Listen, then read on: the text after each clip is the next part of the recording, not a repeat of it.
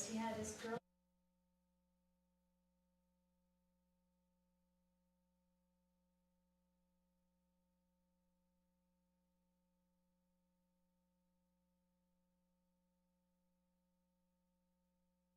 He freaked out and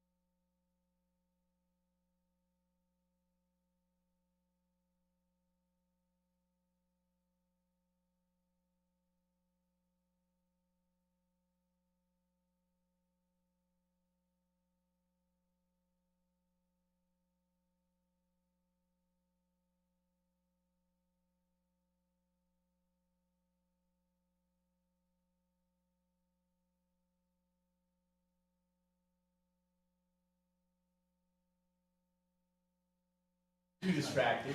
And did you want to add anything about I'll these? just talk about the art. These were some Band-Aids that one of the student girls created herself, so it's kind of cool. This is a towel, and each of these characters, it's kind of their town mascot. And each character is a little different, and there's this saying up here, it's a story, which I can't read to you. This, you can open up, look at it. I can't remember what it's called, but it's a bowl for eating rice out of. It's got some nice designs on it. And the photograph here, you can take it out and look at it. But it's a picture from their town. They're known for their apples and their wine. This is the third year in a row that they have visited us. Apparently known for their little bear face. Yes, that's I think that's their town logo. Yeah, that's or their town regional logo. mascot. What's our town mascot? The wizard. And so without further ado, I'd like to introduce Diane Cruz. She's here for her second time. You'll recall that she came here in June maybe, and she presented to you, and we really didn't have enough time to fully qualitatively ask all your questions, so she's here for kind of round two. Her original packet is back in your packet, so with that, Diane, if you just want to jump in and start going. Sure. So, just a quick correction, actually, we put together two reports. One was a kind of an overview report of different levels of investment, and that included policy recommendations, maybe ordinances that were broadband friendly, that reduced the capital cost of broadband. We looked at connecting your anchor institutions with fiber, the ones that are not yet connected, and some of your smart city applications like your water, SCADA systems, and so forth. And then we put together the capital cost for a fiber to the home or a gigabit strategy, and that is the strategy that's being implemented in Longmont and being contemplated, close to implementation in Fort Collins and Loveland and Boulder. So the purpose of our meeting tonight is to talk about a deeper dive into the financial models of various gigabit strategies. So building fiber to every home and fiber to every business. And we provided a number of financial models for different ways that you can implement a gigabit strategy.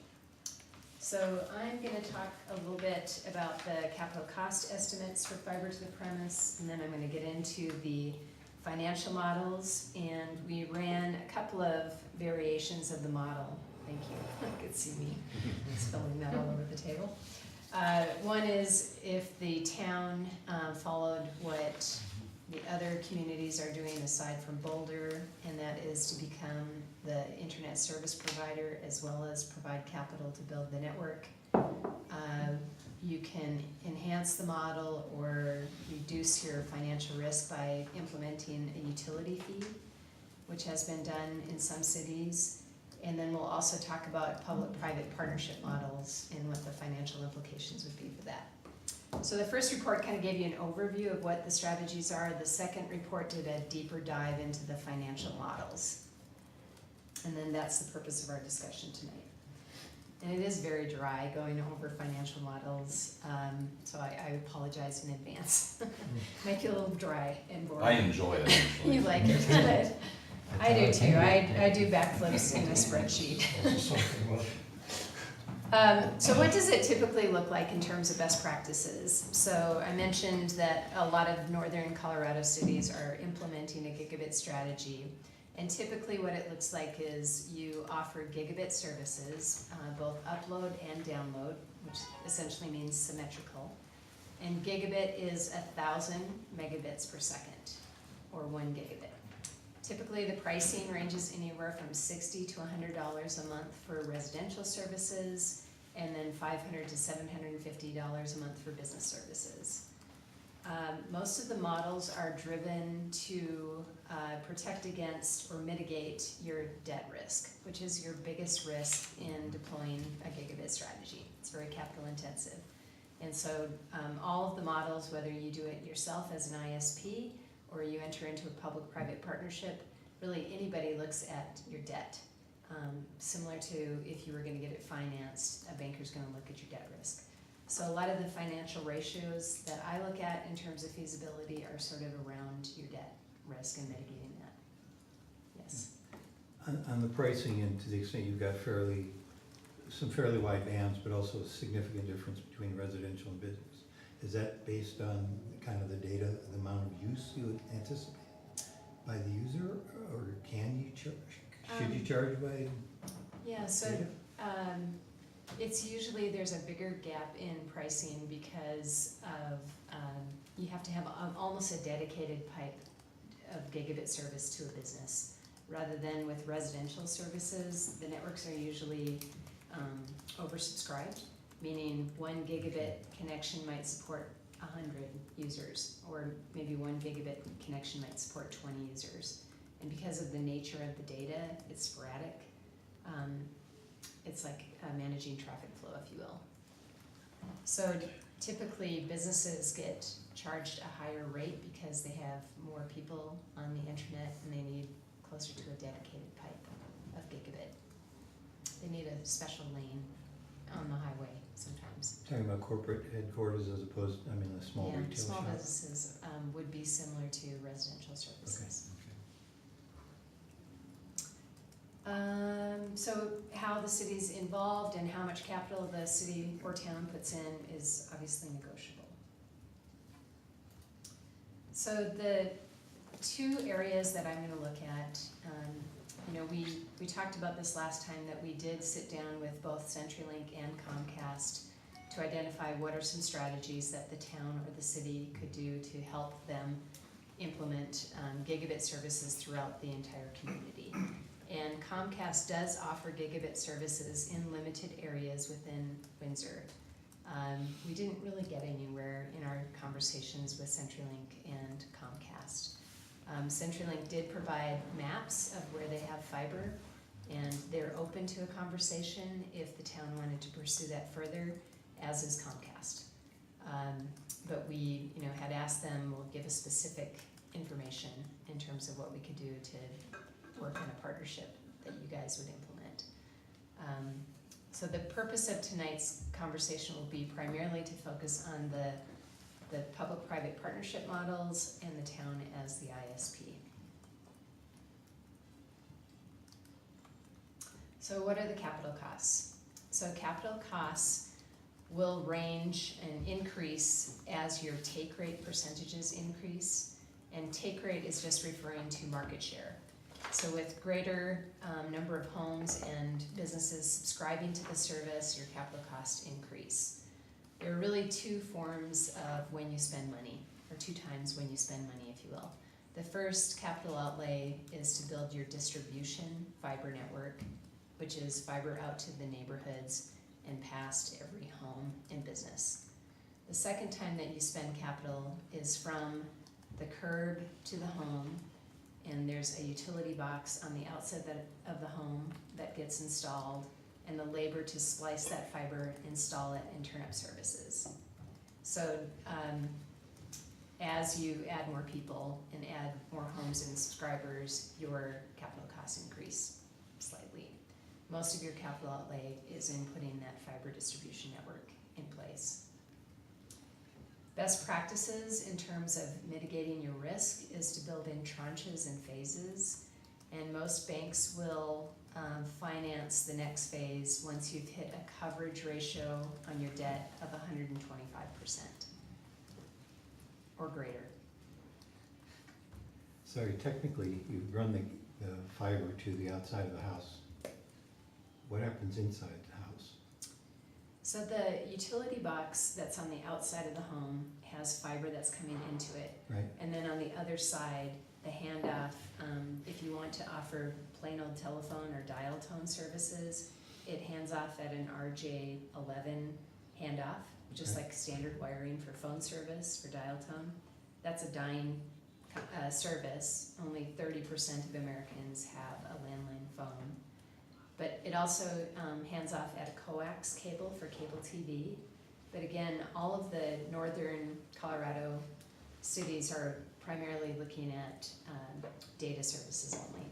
So with data services, it hands off at an Ethernet port that can support an Ethernet connection, or it, in most cases, wireless services. A wireless router would be able to handle all of your data needs internally within the home. But I'm guessing it's a drop-off. Yeah, it's a from drop-off. 1 gig to. Yep. something. It does Or- potentially drop off. Or you yes. could run it into the center, right, and just put it in a giga center, and then you've got, Mhm, you right. just kind of run it from the center of the house, and you've got Mhm, everything there. yeah. And Barry, you're a tech guy, so you can jump in. Right, it just depends what your needs are, but for, even if you have just Ethernet in your house like I do, and, it's gonna be a lot faster than anything you have right now. Mhm, right. So I have a question, why do the costs increase with the take rate? Are you saying we only build like down the center line of the street, and then the more take we have is the incremental cost to get it to the house? Yep. Okay, so we don't actually build to every house. You pass it. So oftentimes, financial models, and if you sit down with service providers, they're gonna talk about how many homes passed and how many homes taking services, or homes lit, if you will. And so there is kind of what they call the Google hood method, which is you can pull neighborhoods when they get a certain take rate. When you have so many homes that say, we want this, then you build it there, and you can actually build it to home one, so you can like decrease your costs and build it in. It's certainly less expensive if you do it with your first build versus coming back afterwards and tying them in. But you can kind of offer that kind of incentive, like kind of like the Longmont, you know, you pay this for life, if you sign up by this date. Part of the reason why they did that is so they could go in and build it once. Right, yes, that was my next point, thank you, Shane. So, And we're- building- Ooh, did you tee that off? Did you We tee are, that up? so build to demand, so Google did this where they said, they'll hold a neighborhood competition, and they'll say whoever can get to a certain percentage of take rate percentage, sign up before we build in your neighborhood, we'll build to your neighborhood first. And, that's become a best practice in these fiber to the premise installations. So Longmont did that. Delta Montrose Electric Association is rolling out fiber to the home in western Colorado. I'll show you their website if you're interested, but it's, you can sign up on their website and you can see it tracks like how many people they need to sign up before they'll build in that neighborhood. So it creates this incentive for neighbors to get together and nudge each other to sign up for services. And in this community, I don't really see this playing out, but it can also kind of create a haves and have-nots. If you have neighborhoods that really don't have that many people signed up, then all of a sudden, but, you know, I think that we have a lot of great neighborhoods in Windsor, so I don't know that actually happens here, but that can happen just as a matter of course. What other communities have done is they've assigned a neighborhood champion, and that grassroots Yeah, just like champion. one person from each district. Go out. Yeah, goes door to Go door. on campus, yeah. Right. I mean, charge Some each other other. ways that you Yeah, can Right. mitigate your debt risk is you could build to your businesses first.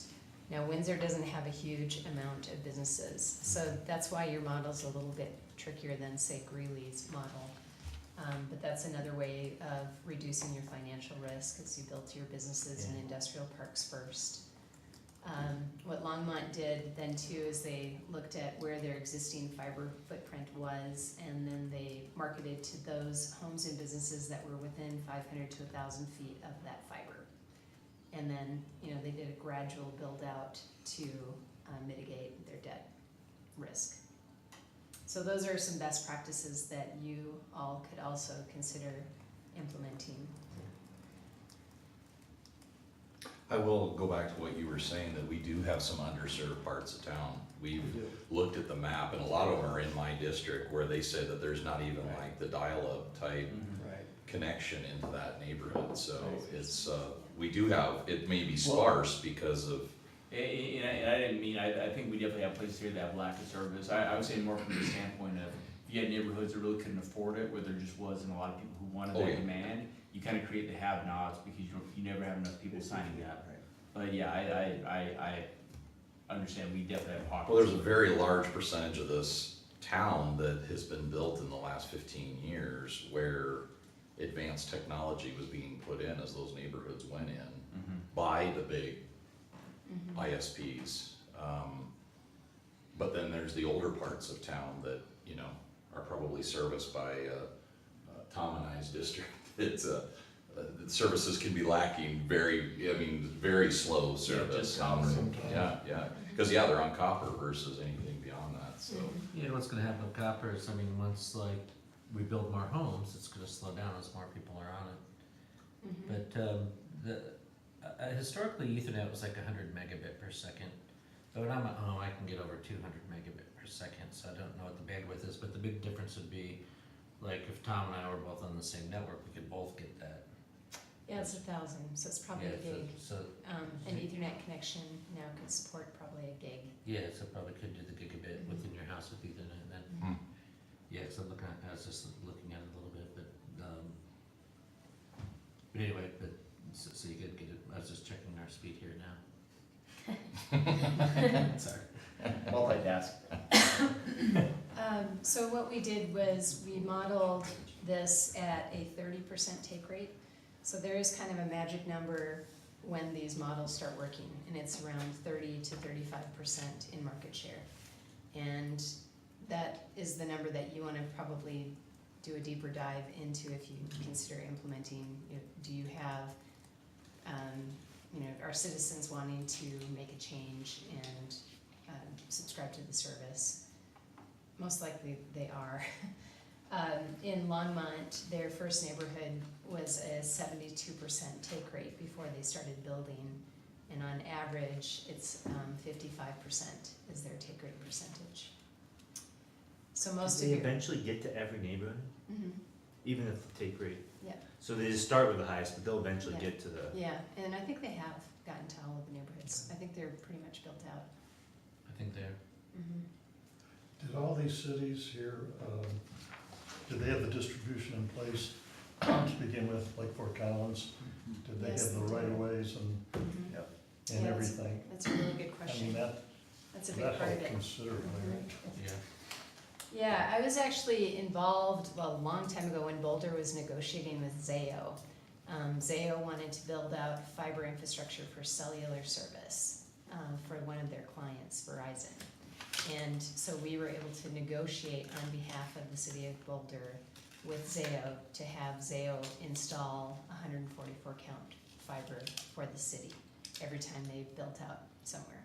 And it kind of went hand in glove with a dig once policy or a shadow conduit policy. PRPA in some of the other cities, Platte River Power Administration had built out fiber to most of their substations and had an extensive fiber ring in Fort Collins and Loveland and in Longmont. And so all of those cities had a pretty extensive fiber network. Now Windsor has a fiber network as well, but it's not as extensive. But you have a pretty good backbone network right now. Well, and what all these places have in common is they have their electric utility. I mean, that's really the difference is, they've got, all the infrastructure in place, Longmont, they started out with basically building a ring for their power line and just worked their way in. And even like Estes Park is doing it, or Right. you see a lot of these co-ops like Delta, Montrose, I mean, cause they can go to the USDA and get RUS money, I mean, they're just, have a lot of advantages to doing it. That's definitely true. Who owns the fiber here in Windsor? You all own fiber connecting the rec center, the high school. Public Works as well, and then we've got a dark fiber lease as well, that it's about 6 miles along 392. So we do have a few miles of fiber. I'm sorry, it's our fiber and we lease it off, or we're leasing dark fiber? No, we have our own fiber that connects Town Hall, Yeah. and then CRC and all of our government buildings, but we also have a dark fiber that we have access to that we haven't used, and so there's a map that we have. I don't think it was included this time, but probably 2 years ago it was included in the packet when we talked about broadband, so. And dark fiber is just there but not being used, is that what you're saying? We're leasing it, but not using it. It's not lit up. We own it. We We own it. yeah, We we're never not, use it. then we we're- have just dark fiber that we're not using. Think ahead. Well, somebody told me, and I can't remember which department head it was, told me that there's been private entities that have come in and put fiber already in, anticipating that there would eventually be a need for it that then could be leased off their fiber lines. Is that the That's true. Yeah, and that's what it is. dark fiber, or is there actually more that we don't own that we could use if we were willing to pay to lease I'm not sure on that, but private fiber that's this already? one, it's with Darkcom, and it's about 8.9 miles that go along 392 and Fairgrounds. Right, they own it, we lease it. Well, the No, reason you're I not say this leasing it is because yet. I It's saw, available. It's I saw available like to within a us. hand, not too far from town hall here, what it looked like, lines going in, and I wanna say it was somebody in planning or et cetera that I talked to, and they said, well, that's private fiber that's going in, that somebody was trying to think ahead, putting fiber in so that we could say it's already there. Does this community wanna lease it from whoever already put in the expense to put it in and lease it from them, so in the long run, it's probably a, investment for them to have already done it, but I think we've already got private fiber into a lot of, I just don't know who it is, but maybe planning So it's dark. knows who was trained, cause the reason that it was, and the reason the town knew is because it was our easements that they wanted access to in order to go ahead and be putting it in, and that was all within the last year that I saw it up along, I wanna say it was right along, Seventh and Walnut, that I saw, you know, what I inquired within the last year, and when I saw it going on, and that's what I was curious what it was, cause I was going, what, I don't know of this project, and I was told that it was a private entity that was putting in fiber. So it was probably Darkcom. So in our due diligence in putting together the design and the plan, we also tried to identify what existing fiber was installed that might be owned by a private company. And so CenturyLink provided where they have fiber, and so did Darkcom. So Darkcom is a company that's a private entity. They are a contractor for a lot of fiber companies, say a contractor for Comcast and or CenturyLink. And they put in additional conduit and fiber that could potentially be acquired through a long-term lease or a monthly lease. Is that in our, It's in the plan. It's not in your capital costs. So the capital costs are sort of worst case scenario. do we know where that is existing, that Darkcom has already put We fiber do, in? we have a map. We have a map. Do we have that? It was in your first. Yeah, I can, this isn't great, but Approximately what percent of the town is covered by that? No, it's not much at all. Not much. How much? Yeah. It's up 13th and across 392, I think. About 10% maybe? Maybe 10%, Yeah. maybe, I don't know, maybe Okay. less than That's that. what I thought, it's not. So the orange line is, There's some. Windsor, I'm trying to read print that's smaller than, but that may explain why I saw it around Seventh and Main and all of that, cause that looks like that was kind of the grid that they were trying to put it in. Those actually look like some of the areas that we've heard of, cause some of this is in my district right here, that, some of that new, So in terms of capital costs, it could be slightly less if we leased, but there would still be an expense to lease it. That's right, So the figures aren't too far off. right, exactly. Right. Yeah, so typically when we design this, we will add a larger fiber count for your multi-dwelling units and apartments, as well as your large businesses. I don't wanna spend a lot of time on this, cause I wanna get into the financial But, and models. I just wanna hit one point, cause, Kim just found the agreement we have with them. Darkcom gave us a 20-year lease at no charge, and where we get 6 strands. It's So- a license. It's a license Oh. agreement, so the 6 strands we have, we're not paying for it, it's just strands we can light up. Can't do anything with it. Okay. Yeah, it's not, Yeah, it's it's really just, I just wanna make sure Makes that you sense. guys Before understand, you we're not leave paying this, for it. I'm sorry, Oh, go ahead. before you leave that, oh,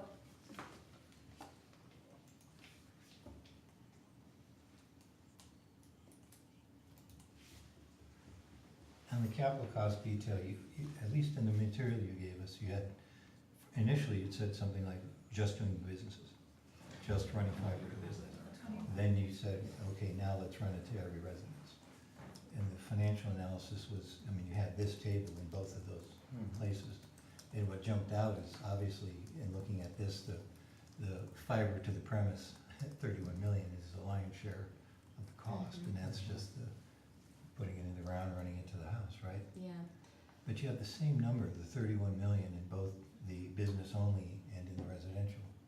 And it seems to me that they can't, yeah, they that shouldn't. one, I don't know if that's right then. I'll have to look at that, I'm not sure. Okay, but we're not talking about I might have put business in only the here. wrong chart. We're looking at, in this chart, we're looking at homes and businesses. Right. So running fiber to every home and every business. But there is a potential for us to consider just running it to businesses. You could do that as well. Mhm. But is that financial analysis in here? I think we provided in the report, I believe we did provide the financial analysis if you just went to the businesses. I didn't focus on that because I thought you wanted to take a look at Okay, yeah. similar to what the northern Colorado communities are doing.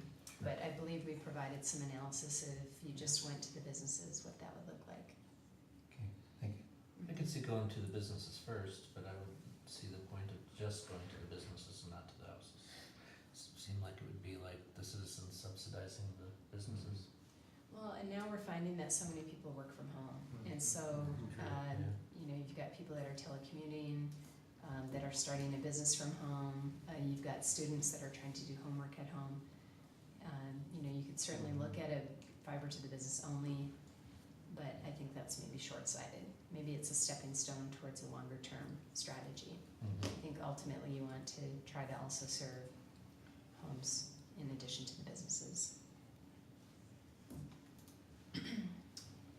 So I started with public-private partnership models, and let me kind of talk about what they look like and how this could potentially be put together. So typically you share in the capital costs and you also share in the revenue. In some cases, the town builds fiber to every home and owns the fiber distribution network out in the streets as well as the fiber to the home. And then the service provider provides the equipment to light up the fiber. They provide services to the end users. They may enter into a long-term lease with the city. Maybe it's a 20-year lease, and then they pay a lease based upon the number of customers that are taking service. So you typically, the models are you're sharing in the revenue and you're sharing in the take rate risk. So you both are aligned where you want to get more subscribers as possible and more market share as possible. And most of the time the agreements are set with a ramp-up period after build-out. And then you get to a guaranteed minimum take rate percentage, and it's around 30 to 35% is the minimum. Yes? So, the private sector has an incentive to get more users because that would increase their lease. Right. Does that translate then into them keeping equipment up to date, Yes. modernization? Yes, so And most of service. the agreements require a equipment refresh within 5 to 7 years after build-out. 5 to 7 years, wow, okay. Mhm. So, okay, you answered it, all right. Okay. In other cases, the city may just build fiber to the neighborhoods, and then the service provider takes it from that neighborhood node to past every home and then to the home. An example of that model was done in Rio Blanco County, where the county built fiber to the neighborhood node, and then two service providers, they entered into an agreement with two service providers. Those providers spend the capital to take it from that node to the house, and they pay for the equipment on the outside of the home. That model has been very successful there. Their average take rate is 72%, but it's a really rural area. They have pitiful broadband, and it's been a huge success as well. When we put together the model, we assumed, if we go to the next slide, for the first one with a $42 million investment, which is building to every home, we considered 3 tranches of $14 million each, offering services of, we modeled $90 per month in residential service, and then we just essentially duplicated what business pricing is available in Longmont. We assumed a $40 per customer revenue share from the service provider. So of the $90, you would get 40 as a revenue share because you are paying for the capital costs. Okay. In terms of market share, we assumed 25% take rate in the first year, and then an additional 10% in the second year and in the third year. And is that $40 per customer, is that reasonable? I think that's reasonable. We have been able to negotiate that in other cities. Okay, but that's a front-end negotiation, that's not a build it and go out, that's something you would do before you Yeah. go. Right. Yeah, so if you were to consider moving forward, you know, and I'll get into, you know, what maybe your possible next steps might be. But what Boulder and Loveland and Fort Collins did is they engaged with the service providers to see what kind of public-private partnership model they could negotiate. And, you know, Windsor is very affluent. It would be attractive to a service provider. There's most of the growth that's gonna occur in Colorado is gonna occur here. So you are already, you have a leg up on your negotiations, those are all great. So I think it's pretty likely that you would get $40. Okay, because when, my experience has been, talking to, like a TDS, they just said, well, we can do DOCSIS 3.1 for 22 to 25, so that's our number, so it was really set not on, kind of what was fair and equitable to be on the fiber, but just our customers are gonna get one or the other, and we're gonna go with the least cost to us. So I just wondered, it was hard for us to kind of drive that market. Because they didn't wanna do a fiber to the home, type of Well, because, infrastructure, architecture. yeah, right, yeah, they just said, well, we can do the Yeah. DOCSIS 3.1 for a lot less. Mhm. Are there a lot of companies besides CenturyLink and Comcast to partner with? Or are we kind of limited here? There's a handful. Okay. There really isn't a huge amount of companies that you could partner with. It depends on how much capital you're willing to invest. Mhm. So what we have seen in other markets, Ting is a big player. They're owned by Two Cows, which is a public company. Allo Communications, which is based in Nebraska, they're a big player. The city of Boulder was in negotiations with another player that pulled out. I'm blanking on the name of that company. It'll come to me at 2 in the morning tonight. So there are a handful. Sci-Fi Networks is interested. Typically, there's some smaller ISPs that would be willing to partner if you guys put the capital in. But what's happening across the United States is every city is doing this, and they're issuing a request for proposal, an RFP for a public-private partnership. And there's only a handful of providers that do this, and so they're saturated. So I think you engage with them more one-on-one and negotiate and do a lot of homework initially, and then formalize it through an RFP process. Mhm. If I may, this example is the P3 model, and I heard you say something about the town potentially running fiber to a hub or to a point, and then the private partner running it to the homes. I modeled 2 different public-private partnership Okay. models. So this first one is the town would pay for fiber to every home. Okay. all And those, so it's a yeah. bigger capital cost. investment. Got it. Yeah. Okay. And when we modeled it, it wasn't really feasible with Windsor on its own. We didn't have enough cash flow from operations to cover your debt, and we didn't hit our 125% coverage ratio so that you could build up to the next phases. This is the projected income statement for that model. And you can see you've got positive EBITDA, earnings before interest, taxes, depreciation, and amortization, but you don't have enough cash flow from operations to cover your debt. Now, we could So model I it just at a wanted to higher take rate percentage Or higher. or a higher rate. Go ahead. So my concern on understanding this chart, so like year 2021, if we were to go this route, provide it to every home, we would be paying $720,000 additional dollars out of general fund. Am I reading this correct? 460. Oh, Where- Oh, yes, at the bottom, you would be That's what we losing, would be paying out of yes. some other Right. fund. but you probably That's couldn't, because you'd be establishing an enterprise phase. Yeah, So you can't use so general we'd have fund, to, you'd just be short. Well, we'd have to make it up somewhere. you could either have Raise to your loan it rates. to the enterprise, or it wouldn't really be an enterprise. I mean, the benefit to be a legal Yeah. enterprise, you do that so you can issue debt without going to vote. I mean, run it as its own business. If we haven't issued debt, it would just be, someday we want this to be an enterprise, and you just keep on funneling money to it. So, you But to know, pay it, we would increase rate. well, but if you're doing a public-private partnership though, and you have negotiated, if you're getting $40 per customer. Yeah.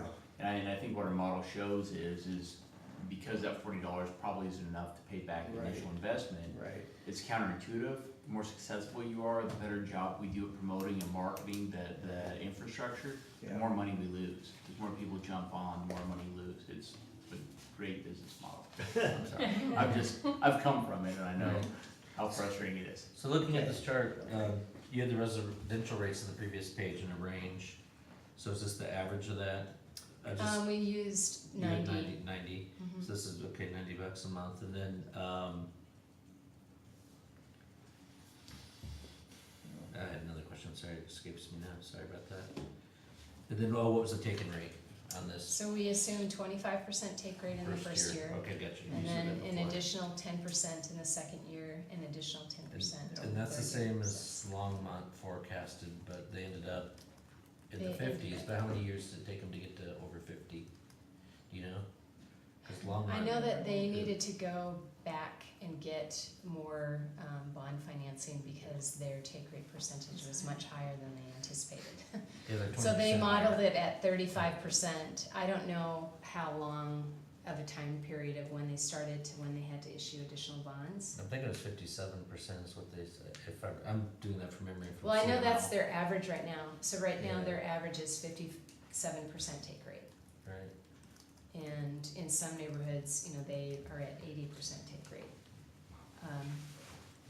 But I wanna caution you, so as a consultant, I'm not gonna tell you this is gonna be easy. It's gonna be harder now because when Longmont implemented their network, they didn't have any competition breathing down their neck. They did not have Comcast offering gigabit services, they did not have CenturyLink. But both of them spent a lot of money in Longmont to fight it. And they lowered their rates and they were very aggressive. But timing wise, it was ideal for Longmont because the other companies were nowhere near offering gigabit services. It's different here in Windsor. So what we have found that across the United States, when the municipality decides to offer this service to its residents, those take rate percentages are much higher than if, say, Comcast did it on their own. And it's because, is the press in the room? We're on, it's live TV. Is it? Mhm. We are being Okay. recorded. All right. They only see the back. So the perception nobody's watching. The perception is much more favorable from citizens when the local municipality offers broadband services than when the existing phone and cable companies offer those services. It's a reputational thing, but so if you are doing a P3 and your partner is a company that a lot of people love to hate, that may impair your ability to operate, right? They trust you, the town, but they don't trust the people who is your partner. I think there's some truth to that. The one thing I did look at today was, with Comcast right now, their gigabit service, if you have it in your area, is $110 per month. But then you have taxes and fees, if you're leasing the modem, it's another $11. If you exceed the, 100 gigabytes per month is the cap, then, like my family, I looked at my bill, I got hit because we exceeded their limit, so that was another $10 per month. I gotta figure equipment would still be on top of, even if we were Yeah. offering broadband, it'd So- still be the equipment. so Cause is mine- Comcast, you lease it normally, you're So- leasing your equipment. Yeah, so for basically my bill, for 1 month is over $100, just over $103 and some change. And I'm getting 250 megabits, so 1/4 of a gigabit. So I'm already paying 100 for 1/4 of the speed we're potentially talking about here. So I'm just kind of thinking as a consumer, you know, when you weigh this, but I agree that if we do something, Comcast is probably gonna change their game to be more competitive. Absolutely. Comcast, I don't know if you were aware of this, cause when we started this conversation back in the fall, I wanna say we had brought Comcast in first, John Lehman, was it John Lehman is his name? And then we started talking about the broadband and like a future work session, he immediately was firing emails Yes, saying, that's right. you know, and then I was just reviewing that and then Kelly had to send a, you know, email saying, yeah, thanks for all your information, because immediately Comcast was right on top of getting in the middle of it because they knew we were starting to evaluate it with, and that was before we went out for the study and everything else too, so. Yeah, it was, that's what I was re-reviewing earlier was where we've been on this since we started talking and how Comcast has wanted to be influential already and what, They will be a very aggressive competitor, you know. potentially. But I do have- Which is, and that is positive. I mean, you know, at the end, Absolutely. if we want our community to just have really high-speed, affordable broadband to every home, I mean, it's nice when the private come and step up their game. It's just, it'd be nice if we didn't have to consider making, you know, a $60 million investment to get them there.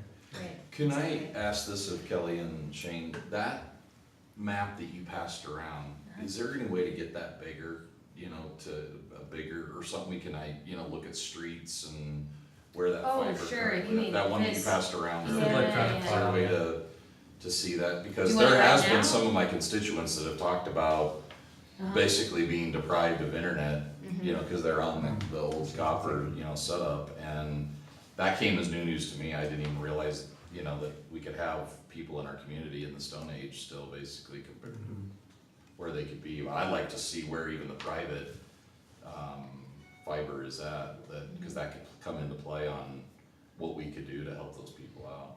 Yeah, you'll be able to, I can send you this map out, the ones that we know, but, it's proprietary information for anything that Comcast or CenturyLink owns, so that you wouldn't have access to.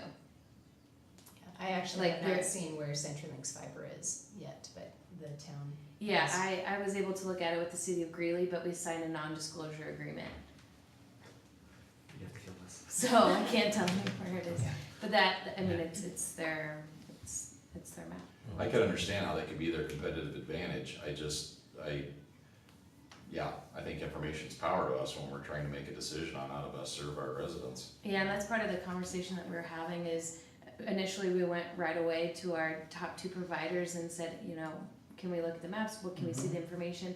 And that's where we kind of got not a ton of information, or just not phone calls back, and just trying to set up meetings, and then deadlines missed on their behalf of saying that they couldn't provide us certain things. But they couldn't have like snuck around and did that at night and laid fiber cables through the town. Right. So they had to have gone through a permitting process and approval process. It may not, I mean, you know where they dug their ditches. But if we enter a competitive situation, they don't want to give us the No, advantage. but we have it. The planning department knows Yeah. exactly where they dug I know. ditches. What did they put in them? Yeah, I agree. I would also think though, there's another side of the coin though, that as we get more serious about this, where we're at this point of needing to further the direction that we're headed in, I would think Comcast and CenturyLink would wanna come to the table, even if it's in an executive session thing, so it stays confidential or something like that, and say, hey, this is where we've got our stuff, cause they're at risk here too, is the way I get at, and, you know, versus us going the broadband, you know, route, I would think that they would want to say, hey, if you're concerned about these pockets in town, maybe we can be of service, and maybe the residents don't even know that there's that option. I don't know, I think that's a good thing to pursue, for sure, because I think they both expressed their willingness to have those conversations. You'll have to review the NDA though. I think we Counselor. have, Well, I think we're wearing 2 hats. We're wearing the municipal government hat, and then at some point, if we do the city as the ISP, then that's an enterprise on its own. So sometimes there might be people in planning who have information that they can't share with people. I mean, that might be a reality when we look at the terms and conditions, you know what I mean? I don't wanna get too far into ourselves, but. One interesting thing is that you were quoting the Comcast pricing for the gigabit, and what our model suggests is $90 isn't enough. Well, no, It doesn't work. I think it suggested if we get $40 for that, with the ISP, if we get 90. That's right, yeah, so I'm gonna Yeah. get there. So that model, keep in Yeah, I mean, mind, that's good was to just keep in mind. that's just a public-private keep it- partnership, the town pays for all of the capital to build the fiber network all the way to the home.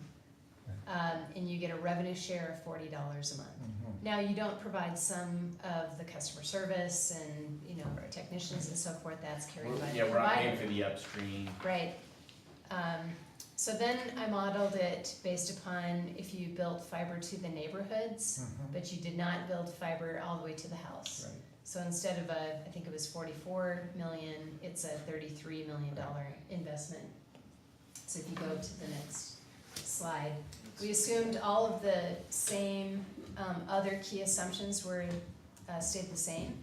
So $90 per month, business pricing is similar to Longmont, $40 revenue share, take rate percentage stayed the same. The results there is that it was feasible, but you need to do a little bit of work around mitigating your debt risk. So things like holding neighborhood competitions, building out to demand, your due diligence on pricing and so forth. It is EBITDA positive, and you're short on cash for the first 3 years after paying your debt service, but your cash is positive in year 4, and you hit your coverage ratio to build out to other phases. And this is what the income statement looks like then with this model. So you can see once we hit build out, we have positive EBITDA of about 1.9 million, and then positive cash flow after paying debt service. Now, it's not a lot of room, and so again, you'd want to do your due diligence on mitigating your debt risk and exposure.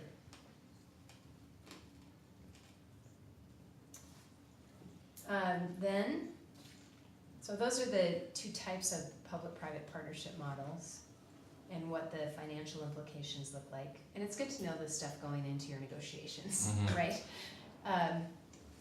So you kind of get an idea of how these models work. So ways that you could potentially implement this is your results and your risks are mitigated, your risks are mitigated, your results improve. In a public-private partnership model, potentially if you involve other neighboring communities. So when Greeley and Windsor did a joint study. Greeley is actually one of their takeaways and next steps that was directed by City Council was to look at regional collaboration. That are there ways to improve the model, to lower your financial risk if we did a regional model, and I think that's probably a good strategy. I think you do lower your risk. Can you attract a partner? I think that you can because of the attributes of the community. Do the assumptions work for the partner? That we don't know. We would have to start negotiating that. How much of the control are you willing to give up?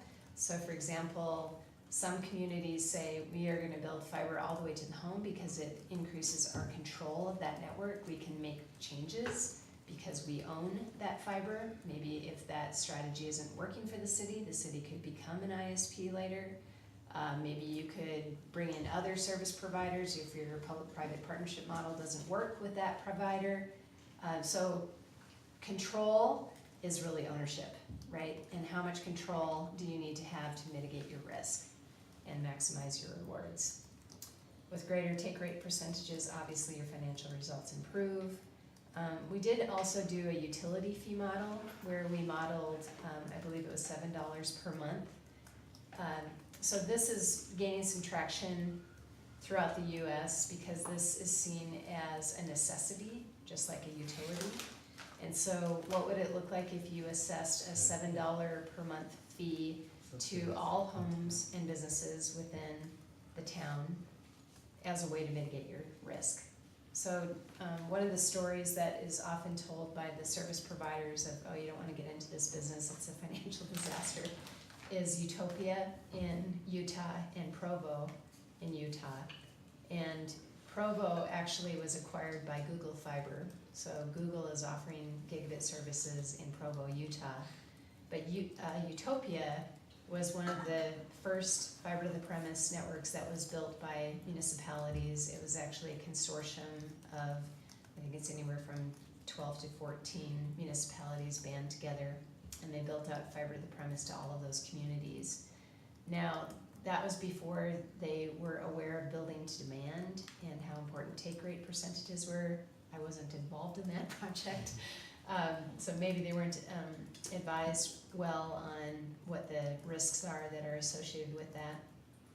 They also were limited in that they had to pursue a wholesale model. So like these models where they only received a portion of the revenue rather than all of the revenue, they were prohibited by state law to become an ISP. And they had something like 300 million in debt and 3 million in revenue, and they were upside down. Macquarie Capital came in, and they're a big investment firm. They're getting involved in the broadband space in the United States. They came over, they took over the project, they implemented a utility fee, and that turned the financials around. They're responsible then for covering all of the debt and for further build out and for operations and maintenance of the network. I'm guessing they were able to do that fee without a vote, I think they, since they called it I think they enterprise. did have to, The fee? they may have had to vote, I'm not sure about that. You may need to vote here if you implemented a fee. Oh, Yeah, yes. definitely. So other models that are being pursued throughout the country is to implement a property tax. And that could be in an opt-in basis for only those that want to take the service. Or it could be an assessment on all property owners. That model has been successful in Ammon, Idaho. They built out a fiber to the premise network. It's an open access network, meaning they have several service providers and they have assessed a property tax on all. Their model is actually an opt-in basis. But let's see, I think I modeled then, go ahead. In your packet, you said with this model that city/town has little to no control over whether or not net neutrality rules are followed. Why is that? If you pursued working with the service providers, the existing service providers. Because they're subject to the net neutrality rules. Well, so recently, the net neutrality rules were overturned by the FCC this year. Right, but can't we put that in our agreement? So if you worked with the existing service providers and you said, maybe you entered into some type of public-private partnership model with them where the town was going to put some capital in and they would then be required to provide gigabit services. You entered into an agreement, yes, you could potentially negotiate that they need to comply with net neutrality rules. If you just let them build it out on their own, you don't have any control over Gotcha. that. But that is something we Yeah, can negotiate, That is the something same you as the could, revenue share. for sure. Has that been tested? I mean, because it sounds like the federal government would claim that they Has that supersede been tested? local law. Gosh, that's above my pay grade because I'm not aware, but I'll answer that as best as I can. So there are something like 9 states that have sued the federal government because of the FCC overturning net neutrality laws. And there's still, I think, some argument over jurisdiction. In the state of California, they did pass legislation that if you do not follow net neutrality rules, you cannot do business with the state. So you would not be able to get a state contract. That has not been contested at this point. So, I mean, but to keep it simple though, I mean, I would think that if a business willingly goes to a higher standard, if they say, we know that the feds don't say we have to do this standard, but we want to do business with the town of Windsor, we'll meet this higher standard, I just don't know what the Why challenge. would they break the agreement if we agreed on it? Well, because they're subject to the regulations of the FCC, and the FCC says you know, there are no net neutrality rules. And they can't choose those?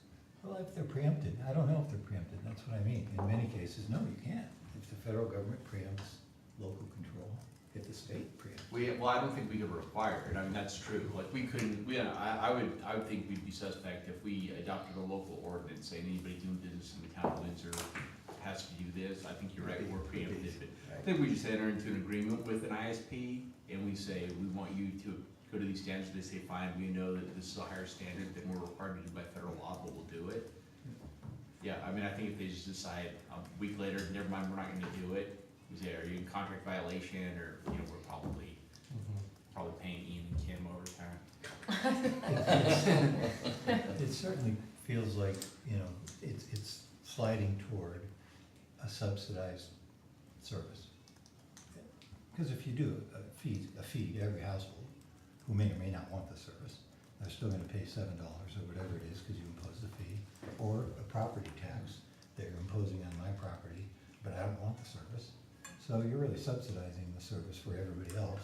If we choose Everybody- those Yeah. options. There's it shows cash flow positive though after 5 years, Yeah, I don't know if that's. the without actual- those fees. Like we talked about Utah, they kind of had to, because they're so upside down, they had to get out from under that debt somehow, so they did it by imposing a fee. I'll bet they didn't put it. Yeah.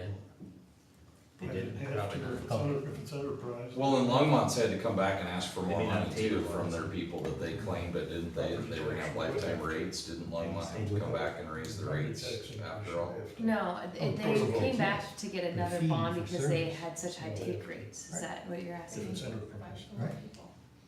I think I recently thought they raised Longmont- their rates. Longmont came back and has just raised their rates in like the last 6 months because, maybe not to the people that signed the lifetime contract, Yeah, but to the new upfront. people that would want service, they've proven that they're not getting enough money for what they're offering. Well, I used to pay 60, now I'm paying 100, you know, same speed.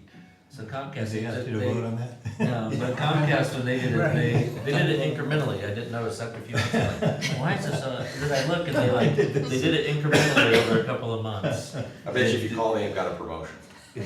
Ah, yeah, don't forget. So, I mean, but I mean, I just saying, think if we did have municipal broadband, being able to guarantee a price within a range for a certain amount of 12-month time, promotion. because I think we have been seeing the prices go up and up and up on our current services. So I think we could provide some stability to the residents, Mhm. for sure. Yeah, That's, that's that's one of the positives. That is true. Yes. Can you touch on the tap fee model? You mentioned it a little bit in your report. Would that be every new home constructed would pay a broadband tap fee, or would it just be, if you wanna sign up, maybe you pay $100 tap fee? Do both those options work? Yeah, so those options work too. So, Yeah. maybe similar to water and sewer, where you pay a tap fee, for new developments, definitely. And then there may be a consideration, maybe you have some type of a tap fee, just to get the fiber to your resident. So maybe it is, instead of $100 fee, maybe it's more like, you know, in line with what it would cost to build fiber to that home. So on average, the cost is, and I didn't do it, I have a spreadsheet that tells me what the average cost per home is in Windsor, but I don't know that number off the top of my head. But typically it's $3,000 to $3,500 is the capital cost per home. And so maybe your tap fee might be half of that. Well, and so again, if we just have these At time of more construction intuitive or time of policies, like the, bringing fiber. just like the dig ones So it and the wouldn't have to be colos for and new everything, developments. where these new developments are actually putting conduit in for us as they go, Right. a lot of that upfront cost goes away. I mean, a lot of this is just literally the cost of burying it. I mean, once you have all this conduit in the ground, it's cheap to pull fiber. That's right. Yeah, that's absolutely right. So, yeah, I think for new construction, I think we just changed our regs and just said, look, just, we'll provide the conduit, you just have to give us a trench and bury it. You know, I think that 3,300 per home goes away, because it's just, now all you're doing is pulling fiber, that's cheap, that's easy. You don't think they're doing that on their own, the developers? I don't think, as a rule, everybody's doing, there may be some developers that are showing some foresight in doing that, and I think like anything else, right, some developers really show some foresight in what they're doing, and others do the bare minimum, and so, when you just put it in your code and you say, you shall, then you don't have to worry about the foresight. Right. Yeah, so we, as part of, policies and ordinances that are broadband friendly, we did provide sample land use, codes or land use language for new developments that require the developer to put in conduit. And, so we provided sample language around that and some specs around that. It's probably safe to say most businesses, new businesses are probably running it, I would think. Yes. So what does it look like if the town offered a retail model and became the ISP? So the total capital cost for that is about $45 million with a 30% take rate. We actually modeled a little bit lower price, $80 per month in residential internet services. We assumed that you also would offer voice services as well, because it's fairly easy to roll that service out if you're providing data services. Similar pricing again to Longmont for business. And we assumed a 15% take rate in the first year, additional 15 in the second, and then 5% in the third year. It's feasible, but again, look for ways to mitigate debt. And again, I think a regional approach might be a better way to go about this. We have EBITDA positive, we're short on cash for the first year after paying debt service, but cash is positive in year 2. You hit your coverage ratio, and you also have a reserve excess cash for an equipment refresh. So usually you would do an equipment refresh within 5 to 7 years after build out. So we modeled that. So the results of that, so the other cells are populated because you have to provide technicians and managerial staff. You've got payroll, taxes and benefits. You've got marketing and customer service. So once the network is built and stabilized, you're getting revenue of about 3.3 million annually, or I'm sorry, EBITDA of 3.3 million annually, and then you pay your debt service and your cash flow positive of about 708,000 each year. Now that's assuming no additional growth, right? So we don't assume any additional customers after the first few years and additional take rate percentages. So I think that if we pulled all of the other communities that did modeling, we see similar results where it works to do ISP services where you provide services and you get all of the revenue. It worked obviously for Longmont. Loveland is pursuing that route, as is Fort Collins.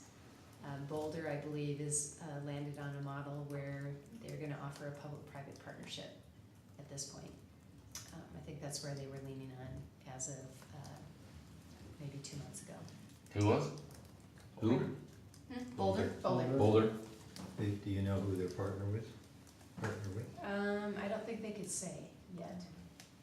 So no, You know I who don't provides most of the current service? Comcast, I would think. Comcast and CenturyLink. There's a piece of this that feels nervously like how many friends you have who said, yeah, I built my new house 10 years ago and I had Cat 5 run into every room. And there it sits because they use Wi-Fi throughout the whole house, and they ran hard cable through every room, and every house has an Ethernet port, and they never use it. I have that. You ran Cat 5 in your house? Yeah. See, good man. You use it? No, I mean, I do in some spots. I hardwire where I can, it's more reliable. I know, that's the fear to me. Faster. But technically, I It don't is, know. yeah, it is kind I of don't a have the fear. reason. But I feel like you're building a Cat 5 town. Well, but the In difference 10 years, is, it'll be- well, wireless only works because of fiber though. You've gotta have that You still backbone. have I mean, fiber, your right. the cell network only Right. works because of fiber going Right. to it, so. You still have to I mean, I know what you're saying, I mean, because we had those, like, what, are we just gonna have, like, satellites beaming down Wi-Fi on us in 10 years? You know, you have these discussions to know, like, are you building an infrastructure that Well, you're gonna have Wi-Fi Future-proof. antennas all over the place, because they're gonna be driving your car. So why is it that hard to send that same signal to every home? yeah, How but does it get to the- that Wi-Fi only, again, that only works having that fiber backbone to it, though. To that Okay. signal. Sure, but not to the side of every house So, and down every street. maybe I can talk a little bit about that. So the engineering firm that we work with, and we've been working with them for 15 years, they're the lead firm for Google. And Google hired them to see if they could figure out some economies of scale. Can we, if we scale and we do lots of cities, can we reduce the overall capital cost per home? And can we do it fast? And so they were kind of the go-to team, that was the innovation team, if you will, at Google Fiber. And what we found is that you can't really drive down the capital cost because most of the capital cost is in labor. And it also just takes time because you're building fiber to every community. They then acquired a wireless company, and they are playing around with, what if we build fiber to a neighborhood node and then do wireless from that node to the home? And the fiber still needs to be within 500 feet of the home for a wireless connection to support a gig. So really what you're doing, and then same with cellular service and transportation services, we need to have fiber very close to the homes. And wireless may replace that, but for a very short distance. So most community, and then there's trouble with wireless. You've got security issues, and you've got interference issues, and then you have capacity issues. So I would not say that it would never work to deploy a wireless strategy, but I will say that there will be some operational challenges with that type of strategy. And it, you know, all being told, it doesn't really reduce your capital costs all that much. So probably what you would make up for in operating expenses, just build fiber all the way to the home at this point, because you're gonna have more operational expenses, more technicians doing repair, because it's not, Well, you know, especially with this density, right, like if we were really rural landscape, I mean, I think maybe you can really make the argument, you know, our residents are so far apart that really if we go wireless and we just kind of push out, we're not pushing gig out, but we can push something out to them. But I think when you hit this kind of urban landscape, when we're stacked in a little bit tighter, I think the return on investment just makes more sense. I'm not saying do it, I'm just saying if we're gonna do it, I think you just go fiber to the home. And I've used the analogy before of fiber like rail. I think in another way where fiber's gonna be like rails, it's gonna be a system that stands the test of time. It just seems like, I mean, fiber that's been in the ground for 25 years is still pushing light. I mean, there's still, it's, you know, nobody knows how long it lasts for because it's still going. The bandwidth's far more than a gigabit. I mean, we've been able to upgrade the heads on each end, and it might be 2 gigabit or 10 gigabit down the road on that same pipe. That's right, you're exactly right. You just change the electronics on each end of it and it's still pushing a lot of light. and the technology is such that you can add a color of light to increase your bandwidth. So once you have put the fiber in the ground, that the depreciation schedule from an accounting standpoint is 20 years, but the shelf life is much longer. It's probably 50 years for fiber. So considerations. And I just added, and you've got, and it's in conduit, so even if after 50 years, if you have to replace it, I mean, the fiber is easily the cheapest part of the whole bill, so. Right. You know, that's not even really that infeasible to just say after 50 years, we're just gonna rip it out and run a whole new, you know, whatever set of strands you need. It's really not a deal breaker. Right, that's true too. So again, I think I would perhaps recommend looking at potentially a regional approach to reduce your risk and improve the financial results. You know, we have models that are developed. If you want us to model anything, we can certainly do that. But obviously with your greater take rate percentages, your financial results improve. I think that we were fairly conservative with your take rate percentage forecast. You could potentially look at the different dials of lowering your pricing. You probably would get greater take rate percentages. Although I personally think that you don't necessarily need to lower your price. I think price point of $80 to $90 a month for a gigabit service is something people would pay for. Right. Now, Well, and to Mr. Sizlowski's point, I think the more that we're, you know, looking at scenarios with people using the service or paying for it, and it doesn't feel like people who aren't using the service are paying for it. I mean, that's really the model we want, right? We want fair and equitable, but and certainly if we could deliver it less expensive to our residents, that's great, but not at the cost of the residents that aren't using it at all. So that's kind of, I think, like Barry was saying, if we're, I'm sorry, Mr. Wilson, I already said Mr. Sizlowski. We're going back and forth. So if he's paying 110 a month for 250 megabits, I think that a scenario where we're charging 90 or 100 a month for a gigabit is still a very good deal. But I can see a resident asking, well, what if I don't need a gigabit? What if I just wanna pay $50 a month? Well, for the you could slower look, we speed? would probably, you know, again, as we get down the road, we may say we have a 100 megabit model and a 1 gig. I mean, you have a couple price tiers. You don't wanna make it too a la carte, but you would certainly probably not just offer one package. You'd probably have. Right, Where do you throttle it? looking at one. Where do you throttle it? the equipment can In the house? allocate the Yeah. bandwidth. The equipment at meet me room, so like the main equipment can throttle it. So Yeah, if I just yeah, call and even Comcast, if So they you don't can, have to go out they to can a change it on the home fly. to Okay. throttle it at the home. You You don't have to do send that. a technician out there. It's all done through a internet-enabled interface. I've received correspondence recently from Comcast saying, we can provide you faster internet than what you're currently getting. because it's possible, but you need to upgrade your equipment. Click on this link and we'll tell you which modem you need that will allow up to a 1 gig reception in your home. Thus meaning, even though you're paying for X amount of speed, you may be able to get quicker if you don't have that bottleneck. We're not necessarily saying you've got to lease new equipment, but if you will even purchase the modem instead of lease it, we can get you a faster connection into your home. Yeah. So Longmont offers 3 tiers of service. 4 if you count voice only. I just need landline, no internet. So it's $40 for 25 megabits, and then basically 59 or 69 for the higher 2 levels. And the $70 is their 1 gig. The $70 is 1 gig. Then they have a second price of $59.95 loyalty members. So I think if you signed up early in Longmont, they give you the cheaper price.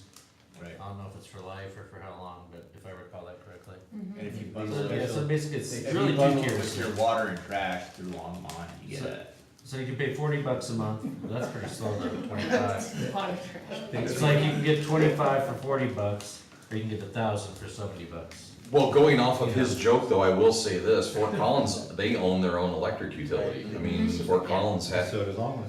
Right.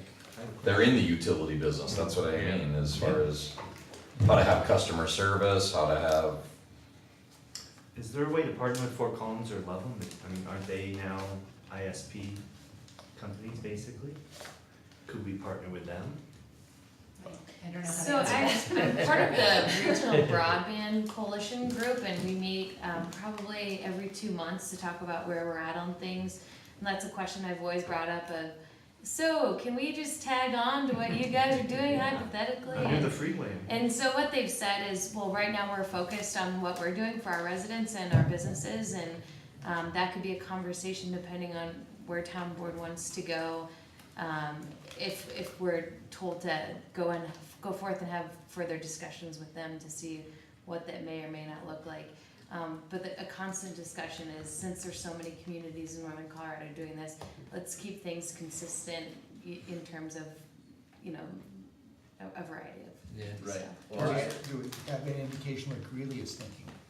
Well, and I'll tell you, I did meet Regional. with Roy Otto, and I know that the Greeley, I think they want to take it to the next step, and I just said, look, our board hasn't finished discussing this yet, but I think that the opportunity to collaborate with Greeley right now is probably our best option, because they're I think so. where we are. We're at the same point. Yeah, Right, that's yes. right. I mean, you know, Right. I'm having lunch with Darren Atterbury of Fort Collins later this month, and this is on the agenda, because tell me about your fiber system, but the brief sense I've gotten from Fort Collins is just, they're trying to figure out how to do it the best delivery they can for their residents.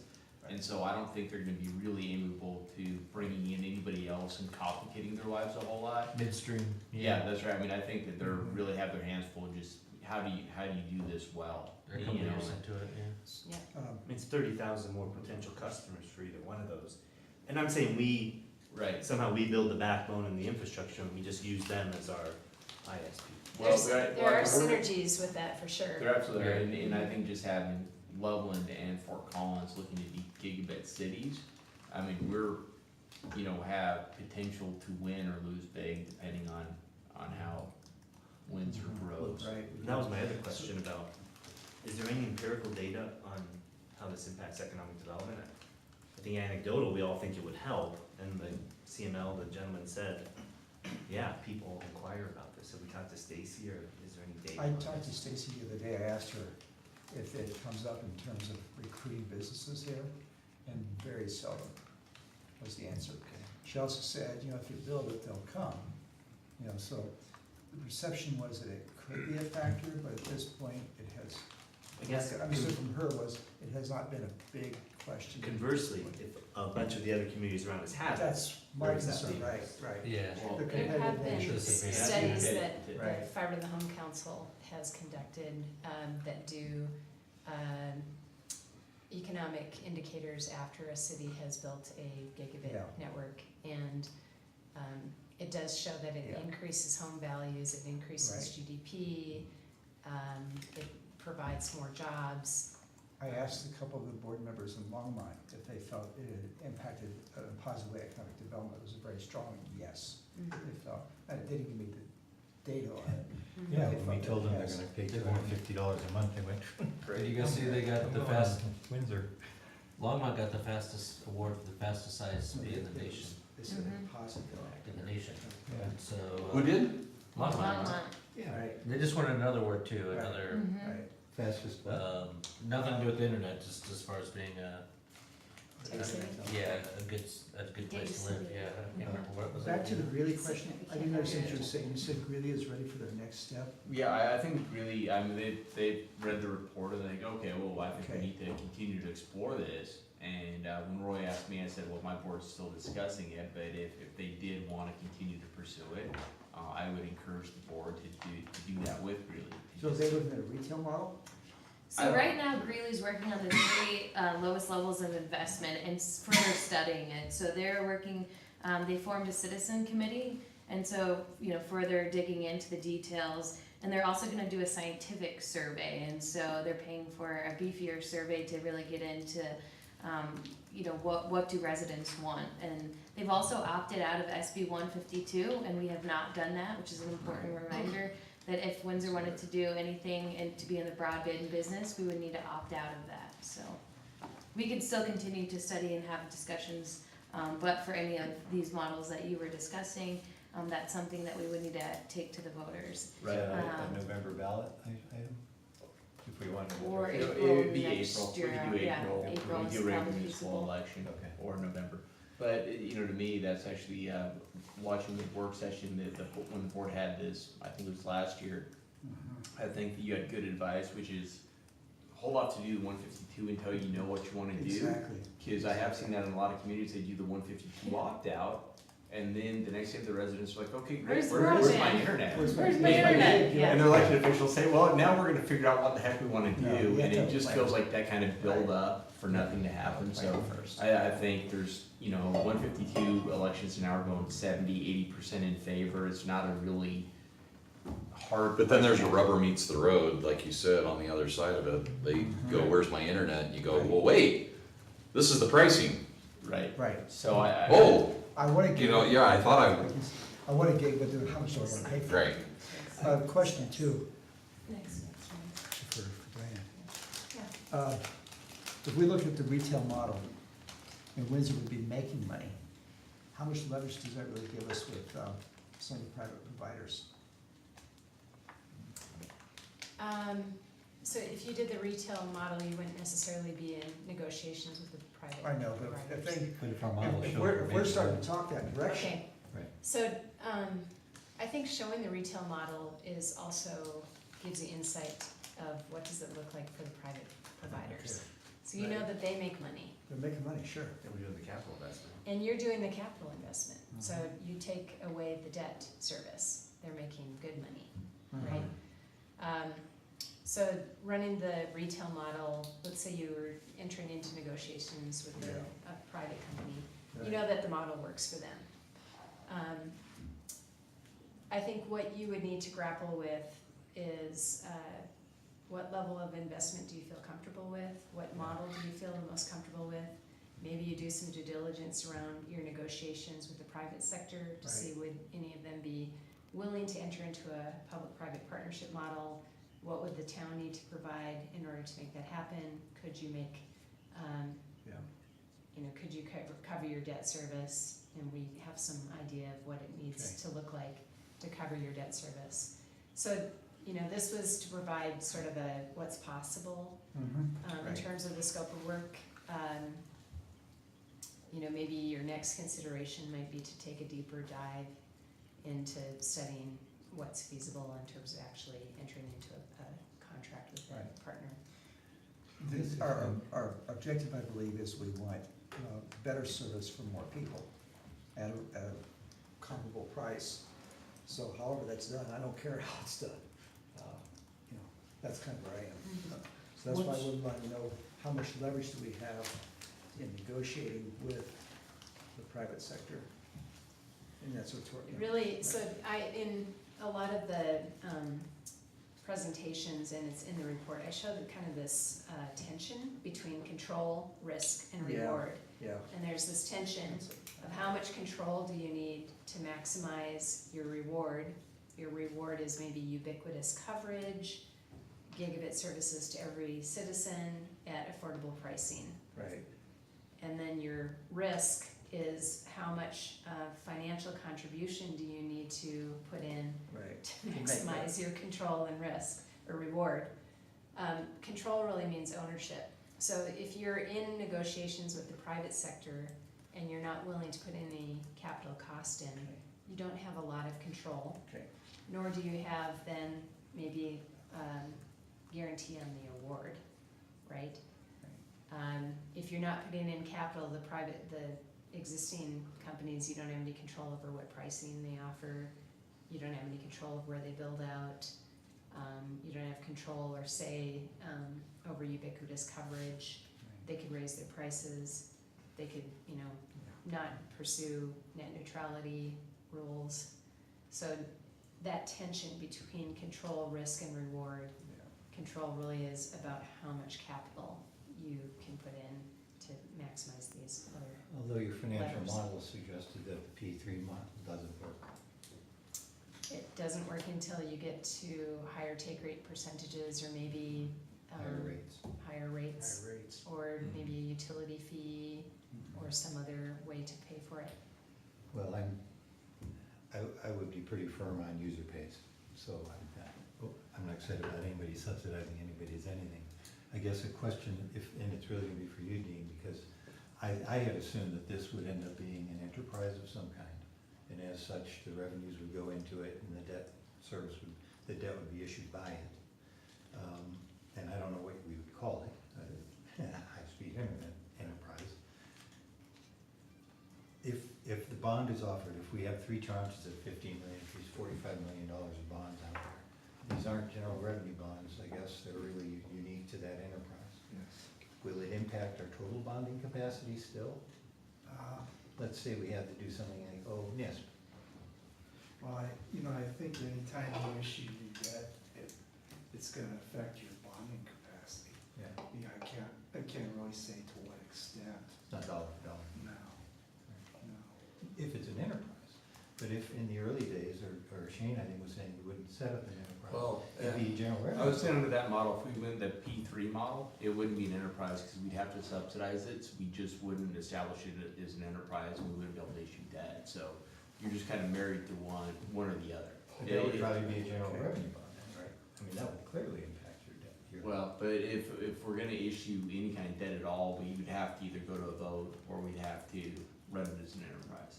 So, and again, to your first point, David, I just think that the P3 model is just, it's something that we wanna make happen, we wanna make work, but my experience has just been the same deal, where the public side takes on really the risk, the investment in the cost, Right. and the revenue just doesn't pan out.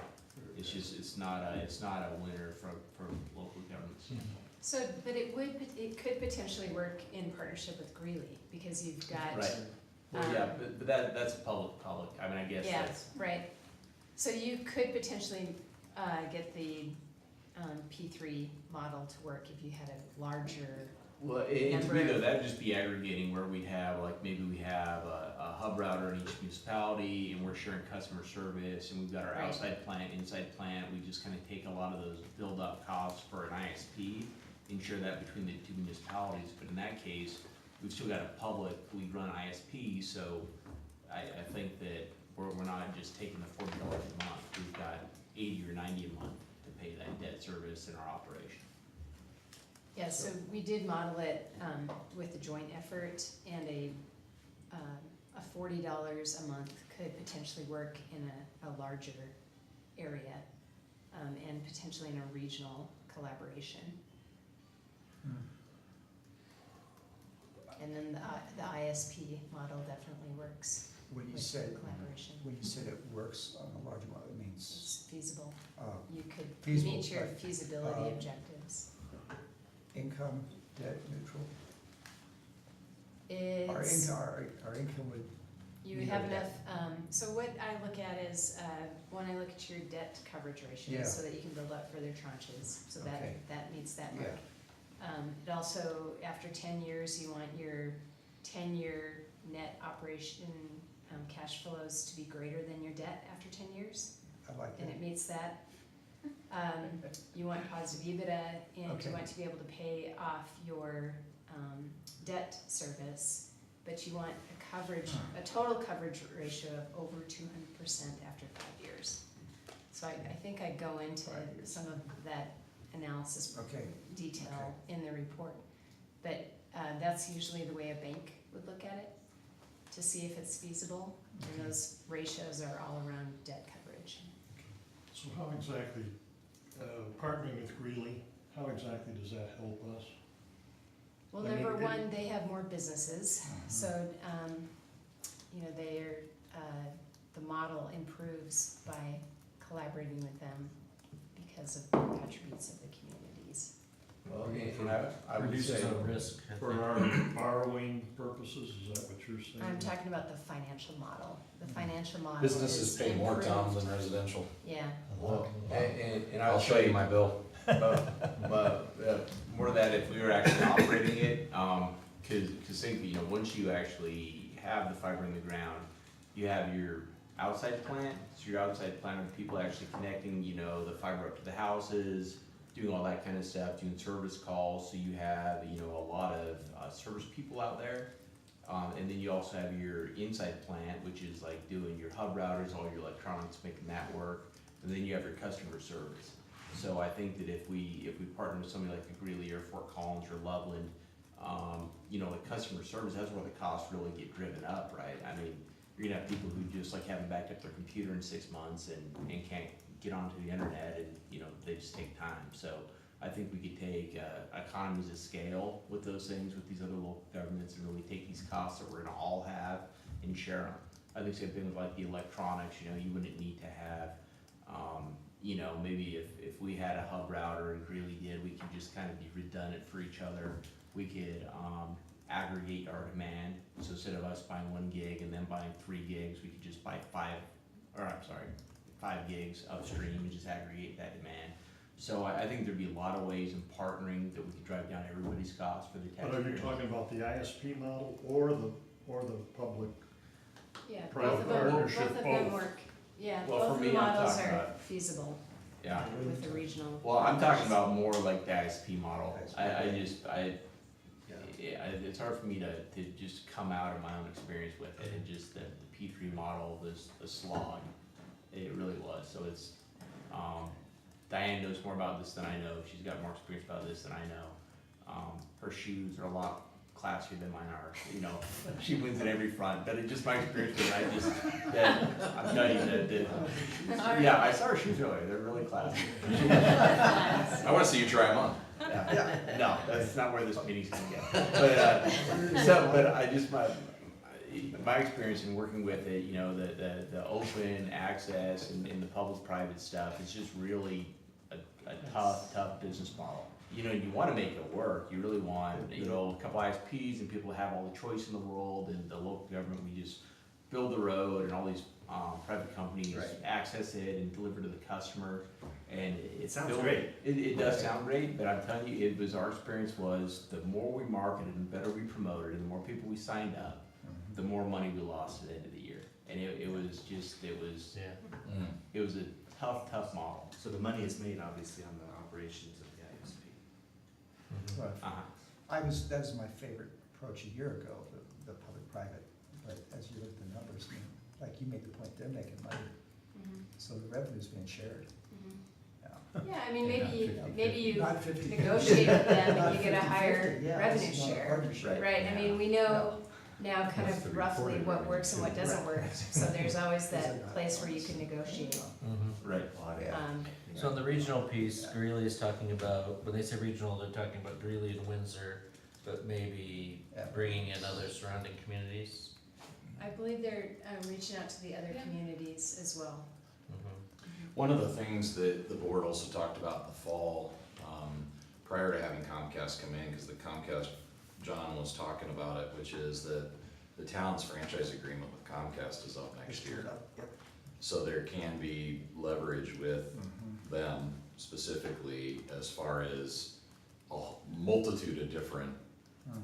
topics Well, that and- could be covered at that point as And I well. do know that Ian has contacted Ken Feldman, Mm-hmm. and Ken is kind of, you know, the preeminent telecom, attorney, so I think he's franchised this a lot. So we will have him in our corner, but, But there could be service standards that Mhm. could be brought into that you know, and I think the conversation. thing, just like the holes Yeah, you coverage. pointed out, if we have some coverage holes, in the service area, I mean, that may Right, be that's- the best way for us to really do a service to our residents, is to say, look, you're in this community, be in this community. Mhm. You know, we're not gonna try to exact all this stuff out of you, but we wanna make sure that none of our residents are in this black hole. And we've got their ear right now. I think the town's in a great leverage position That's with, what I'm thinking, yeah. What about CenturyLink? Do we have a contract with them too? Well, CenturyLink, they, are not really doing fiber to the home anymore. They've got like they've just acquired or been acquired, and, from what I understand, they've taken the public stance that they're not doing any fiber to the home, any new fiber to the home. They're like 4 megabits per second or something. And It's also ridiculous. CenturyLink is regulated There's a lot of complaints. by the Per PUC. minute. Yeah. So you don't have jurisdiction really They're over regulated by the CenturyLink. They're PUC. regulated by the PUC, by the state's PUC. You don't do like a normal franchise with them. When is oh, you don't? No. There's no franchise agreement with them? No, I have a question. Is there any talk, like of an ISP or Comcast that is looking for a test community to roll out a fiber to all community, like as a test model to see if it works for them? Well, Google did that. I mean, you could say. would Comcast be willing to do that? I think that. Or when- Jeff Bezos? Yeah. Do we know Like somebody- Windsor would be a good test case for a Do you know He's fiber got to extra all- money. Contact with Yeah. Google? for a business to test to see if it Well, I works. have a Apple. good Gmail Guinea account. pig. Apple. You know, there's such demand to build out fiber to the home throughout the US. I don't. Maybe 5 years ago. Apple's now a Yeah. trillion-dollar company. Yeah, I think maybe 5 years ago. I just think our demographics, Your we're not too demographics big, are we have good demographics, it would be a good model for them to test. I think, Wishful thinking. I think you, so based upon some of the meetings that we've had with CenturyLink, they have expressed an interest to do a partnership with the city. I think that perhaps that warrants further conversation. But, yeah, am I wrong though? I thought they'd taken the position they're really not doing fiber to the home anymore. No, They're, if they're, we put it they're, in, they're leading if fiber we to put it business. in, maybe they'll let it. All right. That hasn't Well, been conservative. their, position in our discussions with this scope of work. Okay. But they did acquire level 3 and, you know, they might not be offering gigabit Right, services and I as a think that, standard. yeah, and the level 3 CEOs can come over and run CenturyLink, right? I don't know. No, I read an article. I don't know. Yeah, it what could be, I'm not sure Yeah. how that's. Oh, wait, was it on Facebook and sent one of the. Yeah, it was not fake news. Was it in Russian? Those are real. No, I did read an article, and I thought that the level 3 CEO was going to take over, you know, basically run the CenturyLink, that they were gonna keep their fiber to the business, but they were no longer gonna pursue fiber to the home. Oh, Okay. But I think what David had just said is probably right. I think if we said, hey, look, we're gonna build this whole network, would you operate it? I'm sure that they would still be, you know, if there's some kind of ISP model, I thought, why wouldn't they do that? But I don't think they're gonna spend the capital to build fiber to the home. Right. Are we to the point of a citizens committee yet, or when does that, I think so. is that after we pass the 152, whatever? You wouldn't we necessarily could do that. have to do And what's the a purpose of citizen. that? So 152 versus a citizen committee, which is Well, the Not purpose of really which? citizens. We have to do 152. Okay, We right, have so to you're do not, that. you're not asking about 152. No, No. but what's the purpose of the citizen So, committee? Greeley not arguing decided with you, to I just form want- a right. citizen committee to get further feedback. Okay, And they also are going to commission statistically valid survey, citizen survey, okay, to poll the citizens about okay, what the role of government should be, you know, Okay. pricing. okay. And I think that the second one would be a lot more valid if the board really wanted any feedback from residents. I just think getting a statistical survey that let us know, you know, what do people watching at home really want? Okay. What's their level, you know, cause Yeah. if 70% of them said over my dead body, stay out of this, go, Right. okay, thanks Diane, thanks for coming, Well, you know. Oh, you're And a it needs to be- Comcast employee. Like, What Yeah. what are Bill? Since I So, had a what is the conversation cost for earlier, that? if you ask people, do you want What a is the gigabyte, they cost for say, a sure. survey? Yeah. But until you We're put not the money doing that to it. piece. Well, No, I know they and- look into And so it. these Talk services, if to we them did them, and find out in who their they're contracting with. That's just, yeah. So if we did a Yeah. statistically valid one, there are surveys that have been out there, there Right. have been ones that you ask good questions Right. and you make sure Right. that the people Are you willing to pay? place a value $100 a to month it for a and gig? Right. role of government Right. and everything else. How much would you pay? And again, I think it's Yeah. something that we could do, we could partner with Greeley and look and make sure that we're asking all of our residents the same questions. Mhm. Maybe even use their company they're Sure. using. Clearly, we would want it to be broken out as statistically valid for Windsor, and I'm sure Greeley would want the exact same Mhm. thing, but there may be a way to work with them to do that. So I'm hearing that we still wanna continue partnering with Greeley, is that pretty much across the board? I mean, If it'll save us money, sure. yeah, Well, I think. Well, Otherwise, we want to, what's the advantage? well, we aren't voting in a closed session, but That's right. I think we want to explore that possibility, certainly. Right, And based on what Shane just said, I would be very much in favor of a citizen committee being formed to do what you were talking about, get us Mhm. more statistical feedback from the public. Well, to me I'm though, gonna be I careful wasn't with that, 'cause suggesting that. I don't want to, the message to go out that we're going to do something until we've made a decision. Right, and I wasn't actually suggesting the citizens committee, I was just saying What that, they I would do, think the right. next step would be the survey, and really Okay. just kind of, working with Greeley, again, to see if they just wanna push out a survey at the same time, we could ask our residents, they could ask theirs. So again, until we get that feedback of really, what they think is important, or what they'd like us to do, it's hard, I think, to say, do we jump in with both feet, or are we done talking about this? looking to get you to ask the same questions in both towns and just break it up individually, but. Right, well, and that's just it, I think that's where we'd cross the line, we would, ask the same questions and, maybe even use the same company to do it at the same time. But yeah, I would think they would do an independent Windsor survey, cause again, if it's statistically valid, we don't wanna know what people in West Greeley say is straight for West Greeley, but it doesn't Yeah. impact our residents. But we have some data, just not statistically valid. But, yeah, but when it's not, when it's people who Yeah. hate it and love it the most, Right. yeah, I don't think you'll learn Yeah, anything. exactly. Okay. It almost drives me up the wall when you when you just ask opinion polls, because it's, It The doesn't. people that care about it Yeah. are Yeah. respond. Right. Mhm. The joint Yeah. governance of a network this size would scare me, because I think there are issues around the funding of it and the revenue stream, whether or not you subsidize the indigent, whether or not you subsidize low-income housing, whether or not you subsidize running out to the rural homes. Those are decisions that the communities would have to make jointly and stick to it. Well, and I think that if we talk about a partnership with Greeley, I think that Greeley's got some demographics that are completely different than what we have, and they have a lot older Neighborhoods. neighborhoods as a whole Different. than what Windsor has, where, you know, we have that first world problem of Right. my internet's not fast enough. How about the areas of town that are struggling even to be on a reliable network, Right. you know, at all?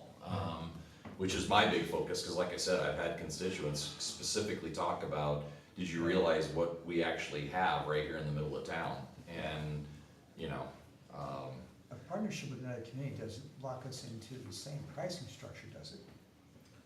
well, I would think right now, again, I think you guys are talking about way down the road in my Yeah. mind. My mind right now is just, they're gonna do a survey, if the board is interested in pursuing this at all, I would suggest that we also consider that as our next step. And I think that the working with Greeley and the company they're doing to put out the survey, that's all I'm suggesting right now. I think we would, The only thing I'd ask Sean is only because I'm new and I may not know, I'm sorry, Sure. Shane. I have immediate family members that call me Sean, you're fine. Thanks. I don't know what the debt capacity is of the town, Mm.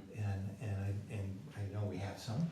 I know it's rather earmarked, and I'd like to see and know what Dean, and you may have to go to, bond council or somebody, but what do they feel is our debt capacity?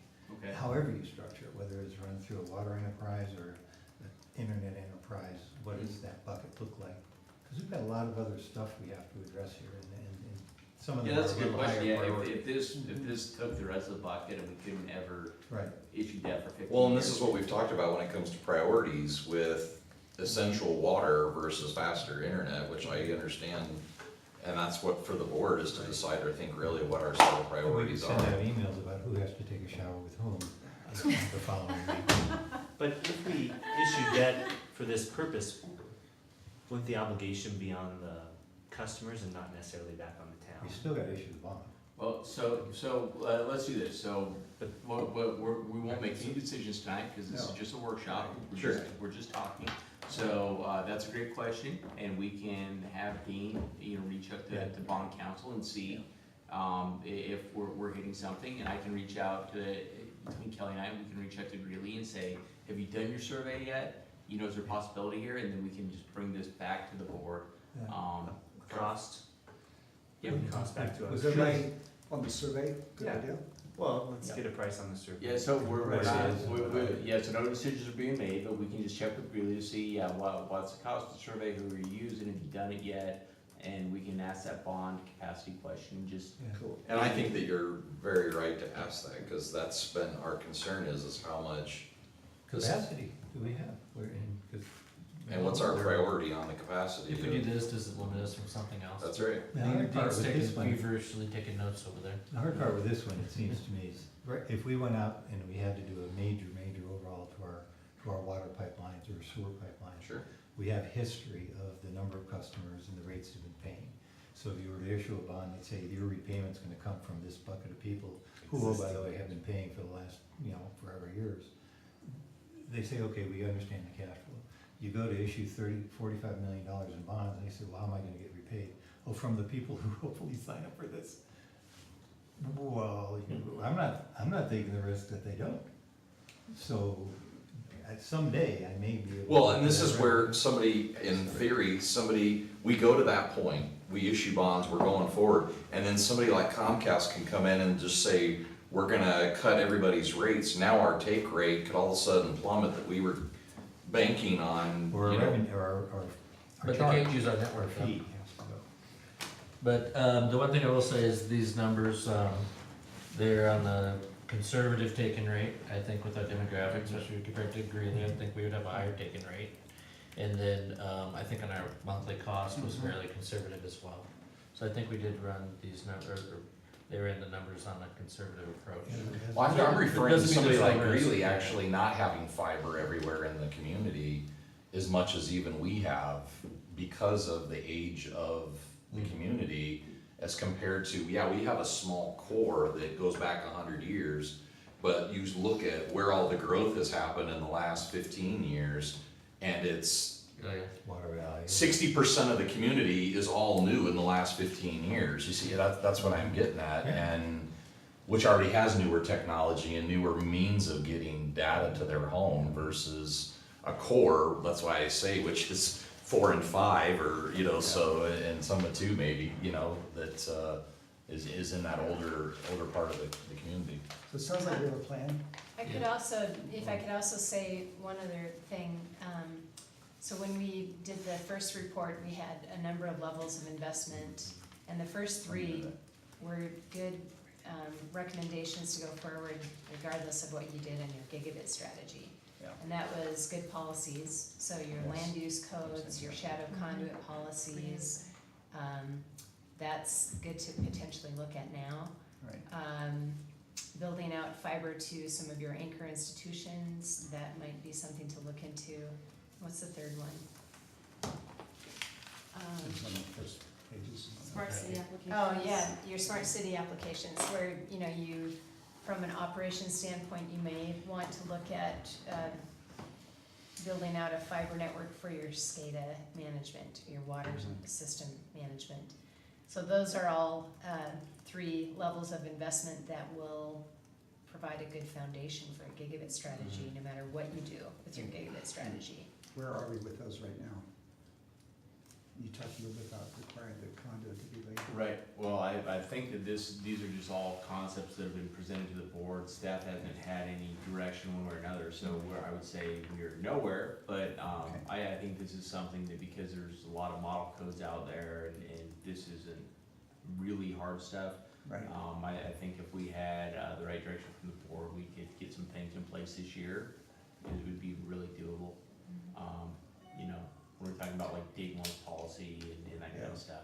Is that something you would bring back to us in a work Right, session, right, like, give us a well, proposal, just those or- specific Yeah, items? Well, I would say you would tell me, if there's something where you guys said, these are things that we would like to do and they seem easy to us, we would just bring them back to you in a regular board meeting.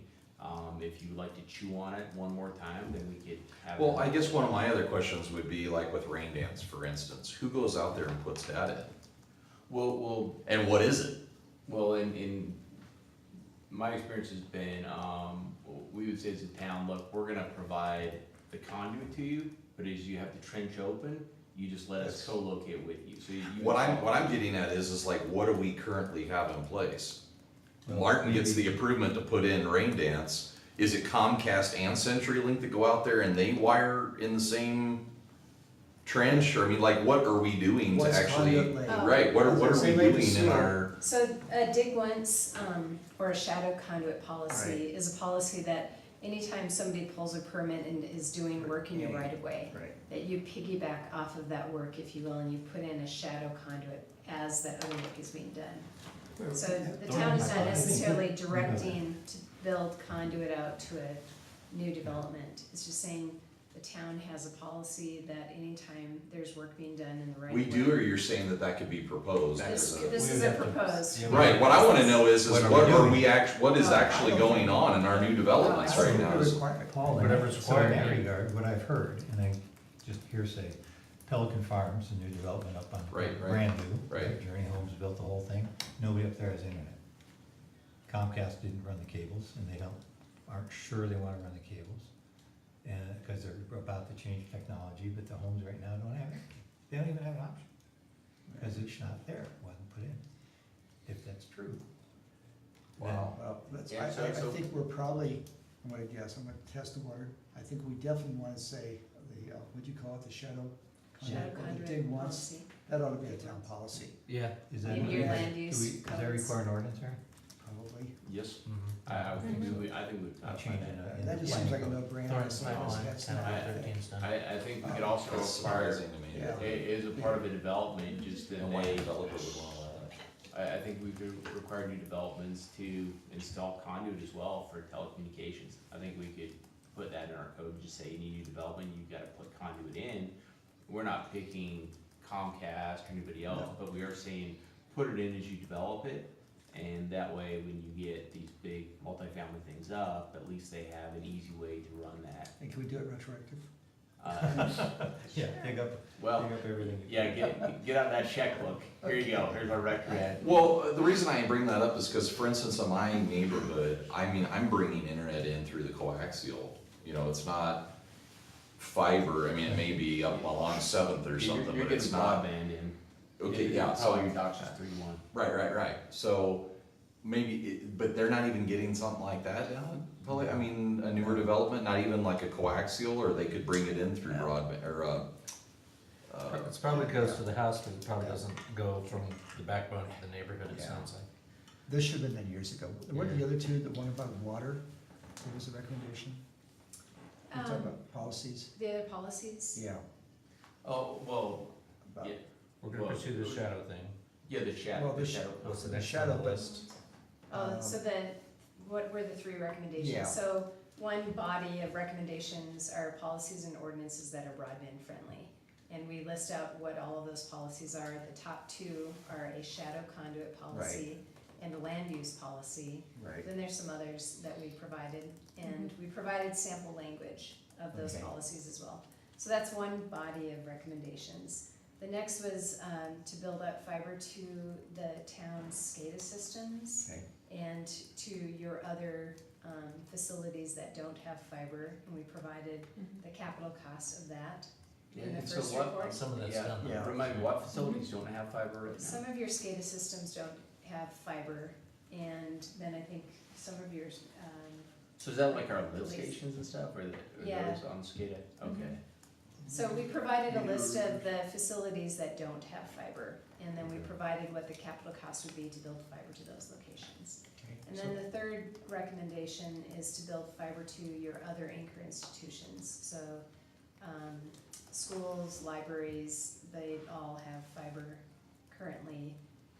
But, you know, police, county offices, city offices, Town board homes. community college. Town That's fine. So those three recommendations Yeah. provide a good foundation of a gigabit strategy. Paul? With the SCADA, where are we as a board? Is that something we want Shane and staff to bring us a proposal on? I think all of those recommendations. Did you say you had examples of some of the friendly Okay. examples of the codes? Yes, It was And in the that's something first, that we can bring Okay. back. Okay. In any of these things, we can certainly put a number in as a budget placeholder, and then you guys can discuss if you Right. wanted to build out to SCADA or whatever some of our Just facilities are. thinking of moving as quickly as we can. I know things move slowly in government, but moving forward with the codes and these things in the short term as we figure out our long-term strategy, I think is the way to go. I think that's what Ken said. And so you have those examples of what those We do. ordinance changes would be, so we'll move forward with, right, I think we have consensus there. So do you have consensus that you're okay with us just coming back and just putting that on a board agenda, or would you like to have one more work session? Work session. I like work sessions. Work session. I think unfortunately or unfortunately, these two broadband discussions have been kind of on items 4 and 5, and we haven't really looked at 1, 2, and 3, and I'd like to maybe just look at those and. And see what the Okay. costs are. Well, we got, yeah, some So other is that good information. use some direction? Sure, yeah, Okay. absolutely. Okay. And so the ordinance, so probably the next thing I'd bring back for the work session would just be the ordinance changes, just kind of on the policy standpoint. I think the budget things I'd rather do when we kind of get a little bit further down the road as far as, yeah, 'cause I think Okay. we need a little That's bit more fair. homework on that. I wanted to ask, before we get into future board meetings, I wanted to ask if it's possible, give us an update tonight on where we are with 392 and County Road 5, and 390 Main Street and 7th. And we're working with CDOT on that. Yeah, Do we have any information tonight? I don't. Okay. The bond capacity would be part of that too, right? Next Yeah, we work haven't done session. about bond Yeah, capacity. and- yeah, that'll be, yeah, I guess on that work session, when we do it, yeah, 'cause we're gonna come back anyway in the work session. That's a good point. We'll be coming back. to Yeah, I think we discuss just it survey. more. Yeah. Yeah, Okay, absolutely. okay. Are we ready to move on to future board meetings? And we're ready to say thank you to you. You're welcome, thank you. I That was good. appreciate the Yeah, opportunity. I It's very been much. great to all work this with you all. information. This was really good. Good, Very helpful. good, I'm glad, Yeah. glad to hear that. You're Do smarter you want me than me to too. scoot then? No, you're welcome to Since stay. Yeah, this is pretty good How long stuff. are you gonna be? No, you can go. Okay. I'm sure You won't be this- missing any party afterwards Yeah, or I- anything like that if you're. A lot of people just love to stay for meetings. Yeah, I know, we're an entertaining group here. Yeah. Thank you. Thank you, everyone, I We really can- appreciate we your can time. compare shoes. Some more than others. I take back my previous comment. People do watch us. I know Comcast is watching. All right, thanks, everybody. Thank you. Thank you. Good Do you job. guys think we can provide service as good as Comcast? So it looks like the next, work session we would have, we're targeted for September 17th. So that's 6 weeks from now, but it looks like that's maybe the next time we have open in an agenda. We will have 30 minutes, probably more or less, for, after Kim does the municipal code, municipal court stuff, but I don't think 30 minutes is enough time to get this, so I don't wanna cut it short and just talk about, you know, so we'll just kinda aim for September 17th. So quickly, future board meetings, just again, as Dave mentioned, tomorrow night is National Night Out, so, Has the list changed? no, the one that was sent on Friday, I believe, is the list right now. I just know in last couple of years, there's been late entries into the deal or something. That's why I was just asking if Right. PD has updated us on And so I had not spoken to Chief Clement today, but, as far as I know, that list that was sent to everybody on Friday is still Okay. the list. And then a week from now, we'll have Rick Adcock with Bro give you a quick update on his progress. and we're gonna do the code updates, the general communication service and outdoor storage areas, and as well as the multifamily residential parking requirements. So it's gonna be really the planning show next week.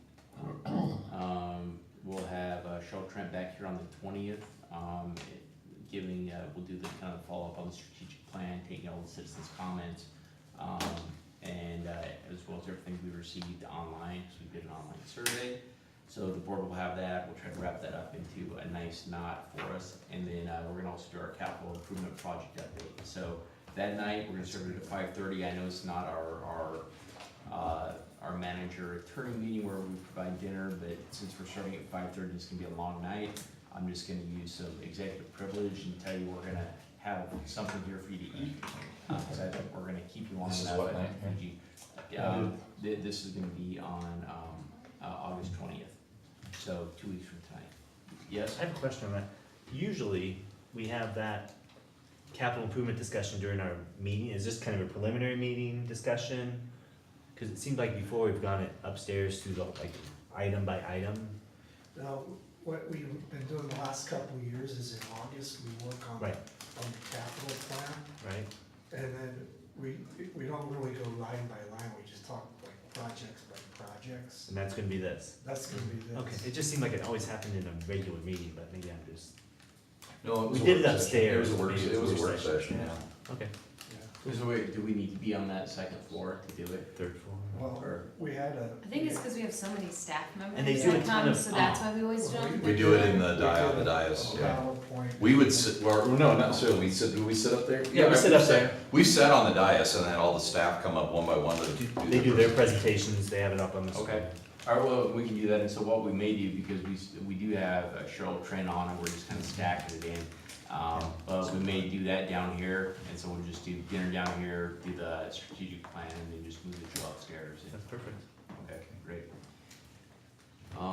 Okay, and then I don't think I need to read these line by line. I've kind of laid out Right. August for you, August for everybody. Two requests. One, I had talked to Dean, I emailed you about just a hypothetical case of, let's say, $100 million debt on a water plant. What would our debt structure look like? How would we pay for that? And so I Right. know you've been working on that. If we could have that before the borough presentation next week or during or sometime, even in the weekly update. Yeah. Somewhere. Okay. That would be really helpful to me anyway. Well, and I did hear that, and we had, met with George K. Baum. I mean, Dean and I were on, Okay, kind of already on the scent before you'd asked that question, but, yeah, I know you've been working on it. you know, there's a lot of stuff going on with water right now, and we're trying to gather a lot of information for the board. Okay, And what I'm trying to avoid is just piecemealing it out to you. I'd rather do it a little bit more okay, that's fair. globally, That's good. you know, so I would tell you that I would rather not try to get you guys out something before the 13th, just because I don't want, I'd rather it's more of a part and parcel of a larger conversation. So what is the update from Bro? What is he trying to cover next week, or what are they? I haven't talked to him. We don't know what the agenda. No, he just wanted, he had asked the mayor a while back if he could try to come to the town board once a month and just give you general updates. And so, the first one that he gave, when I got here, he wasn't on the agenda, and I said, well, you know, we're gonna put you on the agenda. I mean, this is a big That's just 10 project, so, minutes, right? yeah, so this is just him coming for 10 minutes to Oh, just it's say, only this is 10. what's going on. My concern is, I know they were anxious for us to make a deal before July. And so, before we ever get to the point where they're saying, do something now or not, I need to understand the debt. Well, it was a service. part of our original Yeah. terms thing that Yeah. Ian had drawn up, Right. that they said that they would be loose, but it was supposed to be the end of July, Right. but then it was kind Right. of a, Right. was that It was deciding silent, yeah. future Yeah. steps type of decision, or like where? Yeah, my point is, I wanna understand the debt I structure. do too. I wanna understand how we would pay debt before we go much further with conversations on that, so that's why I was asking the question. And then, this is me too, I'd really like to get an update of where we are with CDOT on some of our projects, so I know staff is talking to them on that, so, fall's coming, winter's coming. Right, well, I know that, haven't seen dirt yet, so- the update I can give you, Yeah. and it wasn't on either intersection you asked about, but, Right, it was on 7th Street, and that double left turn lane that's what I saw idea. about, right, Main Okay. Street and Seventh, did I Main say Street. 13th? I meant- Yeah, I think I meant you said 5th, and, I- so I anyway, meant yeah. 7th, I'm sorry. So Sorry. on the Yeah. 7th, Do they? Did you say it right? I guess You I, said Main 7th? Yeah, man, Green so, 92 and 5. okay, so yeah, on the main Okay. side, I can't tell you that. So right now, the CDOT engineer is actually running, so, can I describe this right? I'll try. So if you have, so we have, this is 7th, and this is the highway here, and, this is, north this way. So if we give 2 lanes now, if we say that 2 lanes can go out and go Right. left, then we have to keep these guys stopped Right. longer. Because, you know, if we made this double left turn as well, they could go at the same time, but Ouch. remember, he said that we're not gonna allow, we're not gonna create another lane here, we're gonna give this option of going straight Right. or taking a left. So if you do that, you you stop gotta this keep one that longer. red, you gotta keep. Yeah, they keep them longer, so now you've got these guys waiting longer, you've got these guys waiting longer, back up to these guys by giving this option, instead of just extending out and putting in another lane, so we have, the option. So the better solution, I think from Dennis's standpoint, what we're talking about is, we think CDOT's better just acquiring the right of way from 7-Eleven here, putting in that additional lane, so he creates a clear 2 left turn lane, and you can keep this one open for the left turns at the same time. Because if not, you're backing that traffic Okay. up. So right now, the CDOT engineers, and how good am I at art? That's great. Right now, the CDOT engineers are actually just kind of running whatever traffic engineers do to see what does this do to timing, what does this do to backing up traffic to the southbound and the other 2 lanes. But typically, you don't have as much backup coming south And as you you do coming. They have more room too. That's right, I mean, there is less traffic here, but, you're still making these guys and these guys wait longer as well, because now you're just giving the only preference to the northbound lane, where right now they don't have it. So you are causing those delays and you are backing traffic in other directions as well. So anyway, they're just running those scenarios to see, basically the scenario that was presented to the board a while back, see whether or not that's actually feasible, or if it's just gonna be cause unintended consequences. So that's where we are with that, and, so I've directed staff to just, you know, really kind of budget and think about the scenarios of, okay, if we did need to put in another lane here, to just make this reality, let's just kind of work under that scenario as though we need to actually put that lane in order to make that happen. Would that be a right turn only lane? Well, no, it would be 2, because right now there's 2 lanes. Yeah, I know. It's allowing a dedicated 2-turn and Yeah, a dedicated straight. That's So right. that you Right. can, But the straight will have to kind of jog this way, right? Because if you. the idea is really what they're talking about is making the whole intersection bigger. yeah, Even So that on you the can north have side. left and left turning at the same time like it is So right that's in now. progress right now. it is. That's in progress. Yeah. What about County Road 5? Yeah, I still don't have an update for that. Okay. Sorry. But I that's- didn't have one for that. I just didn't hear. Yeah, but the staff's text. working on it. Yeah, I know that, that it was represented at the meeting that CDOT wasn't engaged when we did that study. And Dennis found where we actually had engaged them and we had sent them the information, so. Yeah. that's Um, good. I don't know where CDOT is with that, other than you actually have seen this and where we at, so. Can we have Dennis follow up on that? 'Cause Yeah, that's- we're staying in a lot of contact with CDOT, I mean, I don't, you know, I know he's talking to the. We just know the tendency of CDOT to, let things go and study, and then we'll have another meeting with Johnny and Right. wonder if he's So retiring long, yet. long, and all that, right, right? So we need to push and get it I done. mean, that comes from just a couple of guys that have been on here a couple of years. So, anything else from, So, just real quick, on County Road 13, we have, the rain dance, adding the onboarding, adding some lanes to get in and out of rain dance. So it's been down to 1 lane, and then, the Merlin, the oil and gas pad that was recently, I assume that's where all those trucks are going.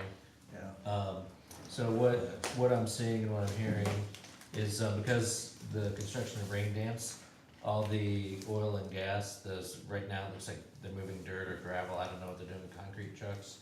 They're all going through steeplechase to No. avoid, Yeah, I think that actually there's a big retention pond, that they've been working on, okay. and that's where those trucks are coming from. Yeah, cause there's a huge line of these big trucks coming through, Yeah. like steeplechase, And they're kind of we're gonna hear about it, is all I'm saying. Well, we've been hearing about it today. Yeah. Yes, we received emails with pictures and we received phone calls. Our construction manager at 8:30 this morning Okay. was trying to get on me, hey, look, you need to cover your trucks, they're too dusty, you're driving too fast, and, but we're, So I drove through, I found myself, knowing that was going on, I was going the other direction to get out, and so I found myself going through there a couple of times today, just to kind of feel the pain, so. It should be temporary pain, as long as those, but there's a reason for those trucks to be there, is what you're saying, they're not just. There is, I think we're looking at about 3 more days of pain, but we have, I have been in contact with our chief of police, we are gonna step up, patrols out there, in the short term to make sure those trucks are going the speed limit. We've also been in touch with the guy overseeing the construction, so he's aware that his contractors are going through there. Okay, you're on it. Yeah, so we've been in a lot of contact with them. You're talking about down Steeplechase Drive? Yeah, so the trucks, instead of coming down Crossroads to 13, they're going through Steeplechase to avoid the rain dance traffic and construction. So, but there are a lot of big trucks going through there. Well, and of course, they've had 13 under stop sign, given the Yeah, single lane. acceleration, deceleration. Well, and here's a. But I just got the text that New Liberty is back open. Well, so yeah, they- that's open, they've yeah, got- I think, yeah, it is. It just, But- like at 5 o'clock today. And probably what makes me, I didn't bring this up, but I will, but whether they're directing traffic there, so when all the trucks come, they're stopping the residents, and they're like letting all these semis just go through, which I think is good, get them out of the way, get them moving. But I imagine people get pretty testy when they see that, but my big thing is, I pass on that on to Shane already.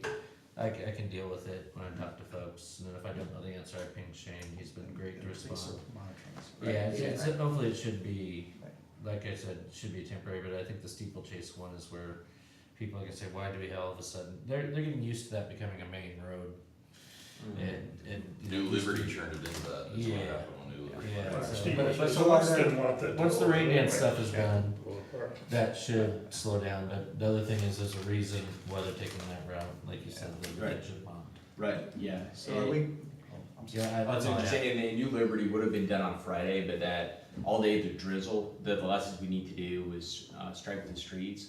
And so the only kind of evolution that could get shut down is paint striping. So it basically kicked it into today. So that's why the delay over the weekend and into today. I will tell you, as somebody that's coming north from Crossroads to turn right onto New Liberty, that deceleration lane right there is gonna save my life.